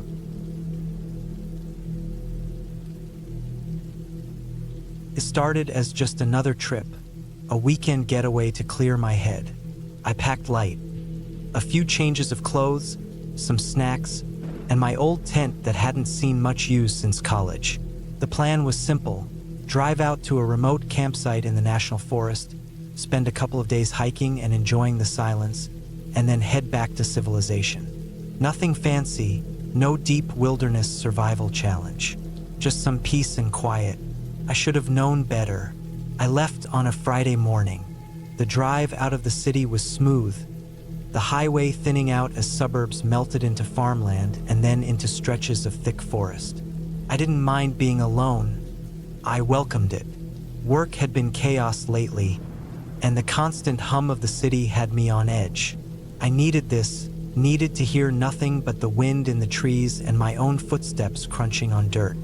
The trailhead was exactly where the old guidebook said it would be, marked by a faded wooden sign barely visible through the overgrown brush. I parked my car at the edge of the gravel lot and locked it, stuffing the key into the deep pocket of my backpack. The air smelled clean, like pine and damp earth. Felt good to breathe it in. The first few hours of hiking were easy, the trail well-worn and obvious. Birds chirped overhead, and the sunlight filtered through the canopy in golden patches. I followed the map carefully, making sure I stayed on the marked trail. The guidebook promised a perfect campsite near a small creek about 6 miles in. By late afternoon, I found it. A clearing in the woods with soft moss underfoot and just enough space for my tent. The creek bubbled nearby, its water clear and cold. Perfect. I set up camp, pitched my tent, and started a small fire. Dinner was a simple affair, just a can of chili heated over the flames. I ate slowly, listening to the crackle of the fire and the distant hoot of an owl. When night fell, it fell fast. The woods turned from welcoming to something darker, something ancient and untamed. My fire seemed smaller in the vast blackness. I told myself it was just my imagination. I wasn't afraid of the dark. I woke sometime in the middle of the night to a sound, something rustling in the underbrush. I lay still, holding my breath, straining to hear. Could have been anything. A deer, a raccoon, even a possum. Nothing to worry about. But then it came again, closer this time. Slow, deliberate steps through the dry leaves. I sat up, my heart thudding in my chest. I fumbled for my flashlight and clicked it on, sweeping the beam across the clearing. Nothing, just the trees swaying gently in the wind. I told myself it was nothing, but I kept the flashlight in my hand as I lay back down. Sleep didn't come easily after that. Morning brought a sense of calm. Whatever had been out there was long gone. I convinced myself it really had been a deer or some other harmless animal. Still, I packed up camp quickly and decided to explore a little farther before heading back toward the car. The map showed a longer loop that would eventually lead back to the trailhead. I figured it would add another day to the trip, but that was fine. I had enough supplies. The trail grew narrower as I went, the trees closing in on either side. Felt more remote, less traveled. I liked it at first. It was what I had come for, real solitude. But around midday, things started to feel off. The trail seemed less like a trail and more like a faint path worn into the underbrush. I checked the map again and again, but nothing looked right. I hadn't seen a marker in miles. The trees all looked the same, and the terrain had grown steeper, more rugged. I should have turned back. I know that now, but I pressed on, convinced I'd find the trail again just over the next ridge. By late afternoon, panic started creeping in. I was lost, truly hopelessly lost. I tried to retrace my steps, but the woods had a way of swallowing up any sign of where I'd been. The sun hung low in the sky, and I knew I didn't have much daylight left. I needed to find shelter. I stumbled onto a small rocky overhang, a shallow cave carved into the hillside. It wasn't much, but it would do for the night. I gathered some dry wood and built a small fire at the entrance, hoping the light and smoke would keep anything curious at bay. I barely ate. My stomach was knotted with fear. The second night was worse. The woods seemed to close in around me, the darkness absolute beyond the flickering light of my fire. Every snap of a twig, every rustle of leaves, sent my pulse racing. I couldn't shake the feeling that I wasn't alone. It wasn't just the sounds this time. It was something else, something I couldn't put my finger on, a sense of being watched. At some point, exhaustion won out. I drifted into a fitful sleep, my back pressed against the cold stone of the cave wall. I woke with a start sometime in the early morning hours, my fire reduced to glowing embers. The woods were dead silent. Not even the wind stirred. Then I saw it. Barely a glimpse, a figure moving between the trees, just at the edge of the firelight. Not an animal, person. They were gone in an instant, swallowed by the darkness, but my blood turned to ice. I stayed awake the rest of the night, clutching the hatchet I had packed for chopping firewood. My eyes never left the trees. At first light, I broke camp and started moving. I didn't care about the map anymore. I just needed to go somewhere. I headed downhill, reasoning that I'd eventually hit a road or a stream that would lead me out. Hours passed. My legs burned, my feet blistered. Every snapping branch made me flinch, my eyes darting to the shadows. I felt like a hunted animal. By midday, I found the creek again. Relief flooded through me. If I followed it, it would eventually lead to something, a road, a town, anything. I picked up my pace, the sound of rushing water guiding me. I don't know how long I walked. Time lost all meaning out there. Then I saw it, a flash of metal through the trees. My car. I ran the last 100 yards, my lungs burning, and practically threw myself at the driver's side door. My hands shook as I fumbled with the key. The engine roared to life, and I didn't waste a second. I backed out of the lot and tore down the gravel road, my tires kicking up dust and gravel. I didn't stop driving until I hit the main highway, my knuckles white on the steering wheel. I never went back to that forest, never even looked at the guidebook again. I still think about it sometimes, though, about the figure in the woods, about the footsteps outside my tent, about how close I came to never leaving that place. And I wonder, were they just passing through, or were they waiting for me to come back?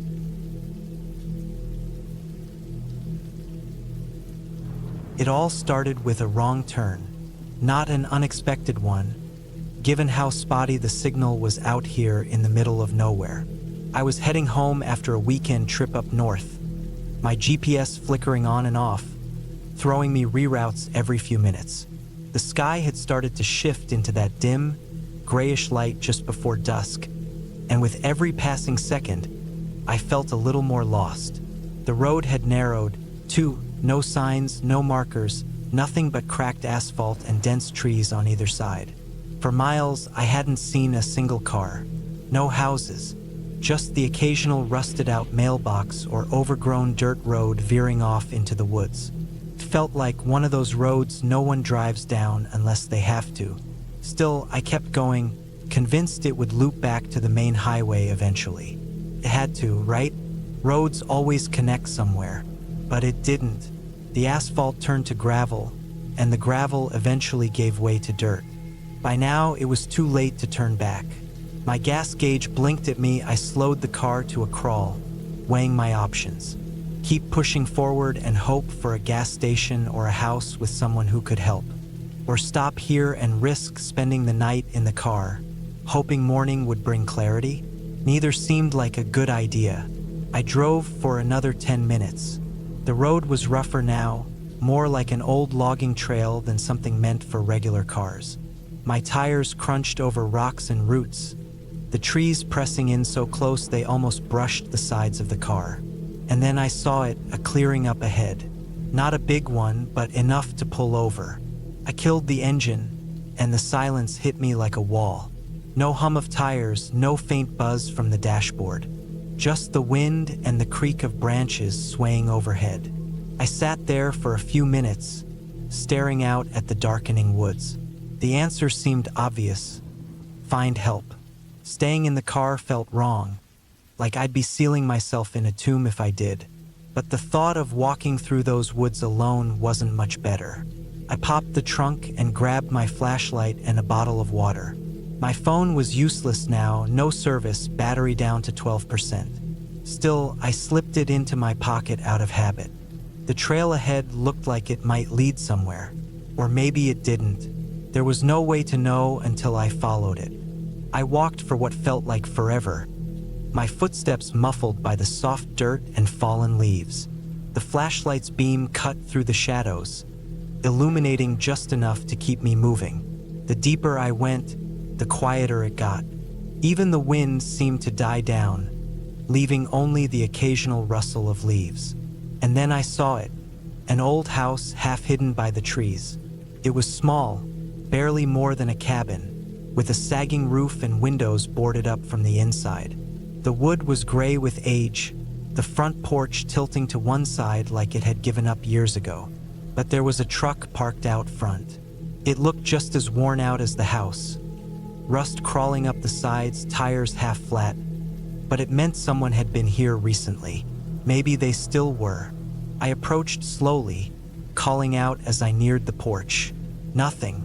The door was cracked open, just enough to see into the dim interior. I hesitated, my hand hovering over the handle. Knock first. Always knock first I did, the sound dull and hollow. Still nothing. I pushed the door open a little more, just enough to step inside. The air was stale, thick with the smell of old wood and mildew. Dust motes danced in the beam of my flashlight, settling on every surface. The place was empty, or it looked that way. A single room mostly, a rickety table and a couple of chairs, a cast iron stove in the corner, and a mattress on the floor. No pictures on the walls, no personal touches, just the bare minimum. I called out again, my voice echoing back at me, and then I heard it, a faint noise from the back of the cabin. A thud, followed by a dragging sound. My heart jumped into my throat. I backed toward the door, every instinct screaming at me to leave. But something made me stop. Curiosity, maybe, or stupidity. I stepped toward the sound, my flashlight trembling in my hand. The back of the cabin was darker, the windows boarded up so tightly no light could get through. I moved slowly, scanning the floor for anything that could make a sound like that. And then I saw it. A trapdoor partially hidden beneath an old rug. I froze, my breath caught in my chest. The thud came again, louder this time. It was coming from beneath the floor. I stood there, torn between opening the door and running back to my car. My fingers brushed against the edge of the trapdoor, the wood rough and splintered beneath my hand. I don't know why I did it, but I pulled it open. The smell hit me first, damp earth and something else, something metallic and sour. My flashlight beam cut through the darkness, revealing a set of stairs leading down into the ground. I called out one last time, my voice barely more than a whisper, and then I started down. The stairs creaked beneath my weight, each step feeling like it might give way. The air grew colder the deeper I went, the smell getting stronger. At the bottom of the stairs, the dirt floor stretched out in front of me. The walls were lined with shelves, jars filled with strange things I didn't recognize, tools that looked like they belonged in a butcher shop, and bundles of dried herbs hanging from the ceiling. But what caught my eye was the table in the center of the room. It was covered in maps and notebooks, all spread out like someone had been in the middle of something when they were interrupted. I stepped closer, my eyes scanning the pages. They were filled with notes, coordinates, dates, strange symbols I didn't recognize. And then I saw the pictures, Polaroids, dozens of them, each one pinned to the wall above the table. Faces stared back at me, some smiling, some serious, some terrified. My stomach turned as I realized what I was looking at. These weren't just random pictures. They were people who had gone missing, people who had probably ended up right where I was standing. And then I heard the footsteps behind me,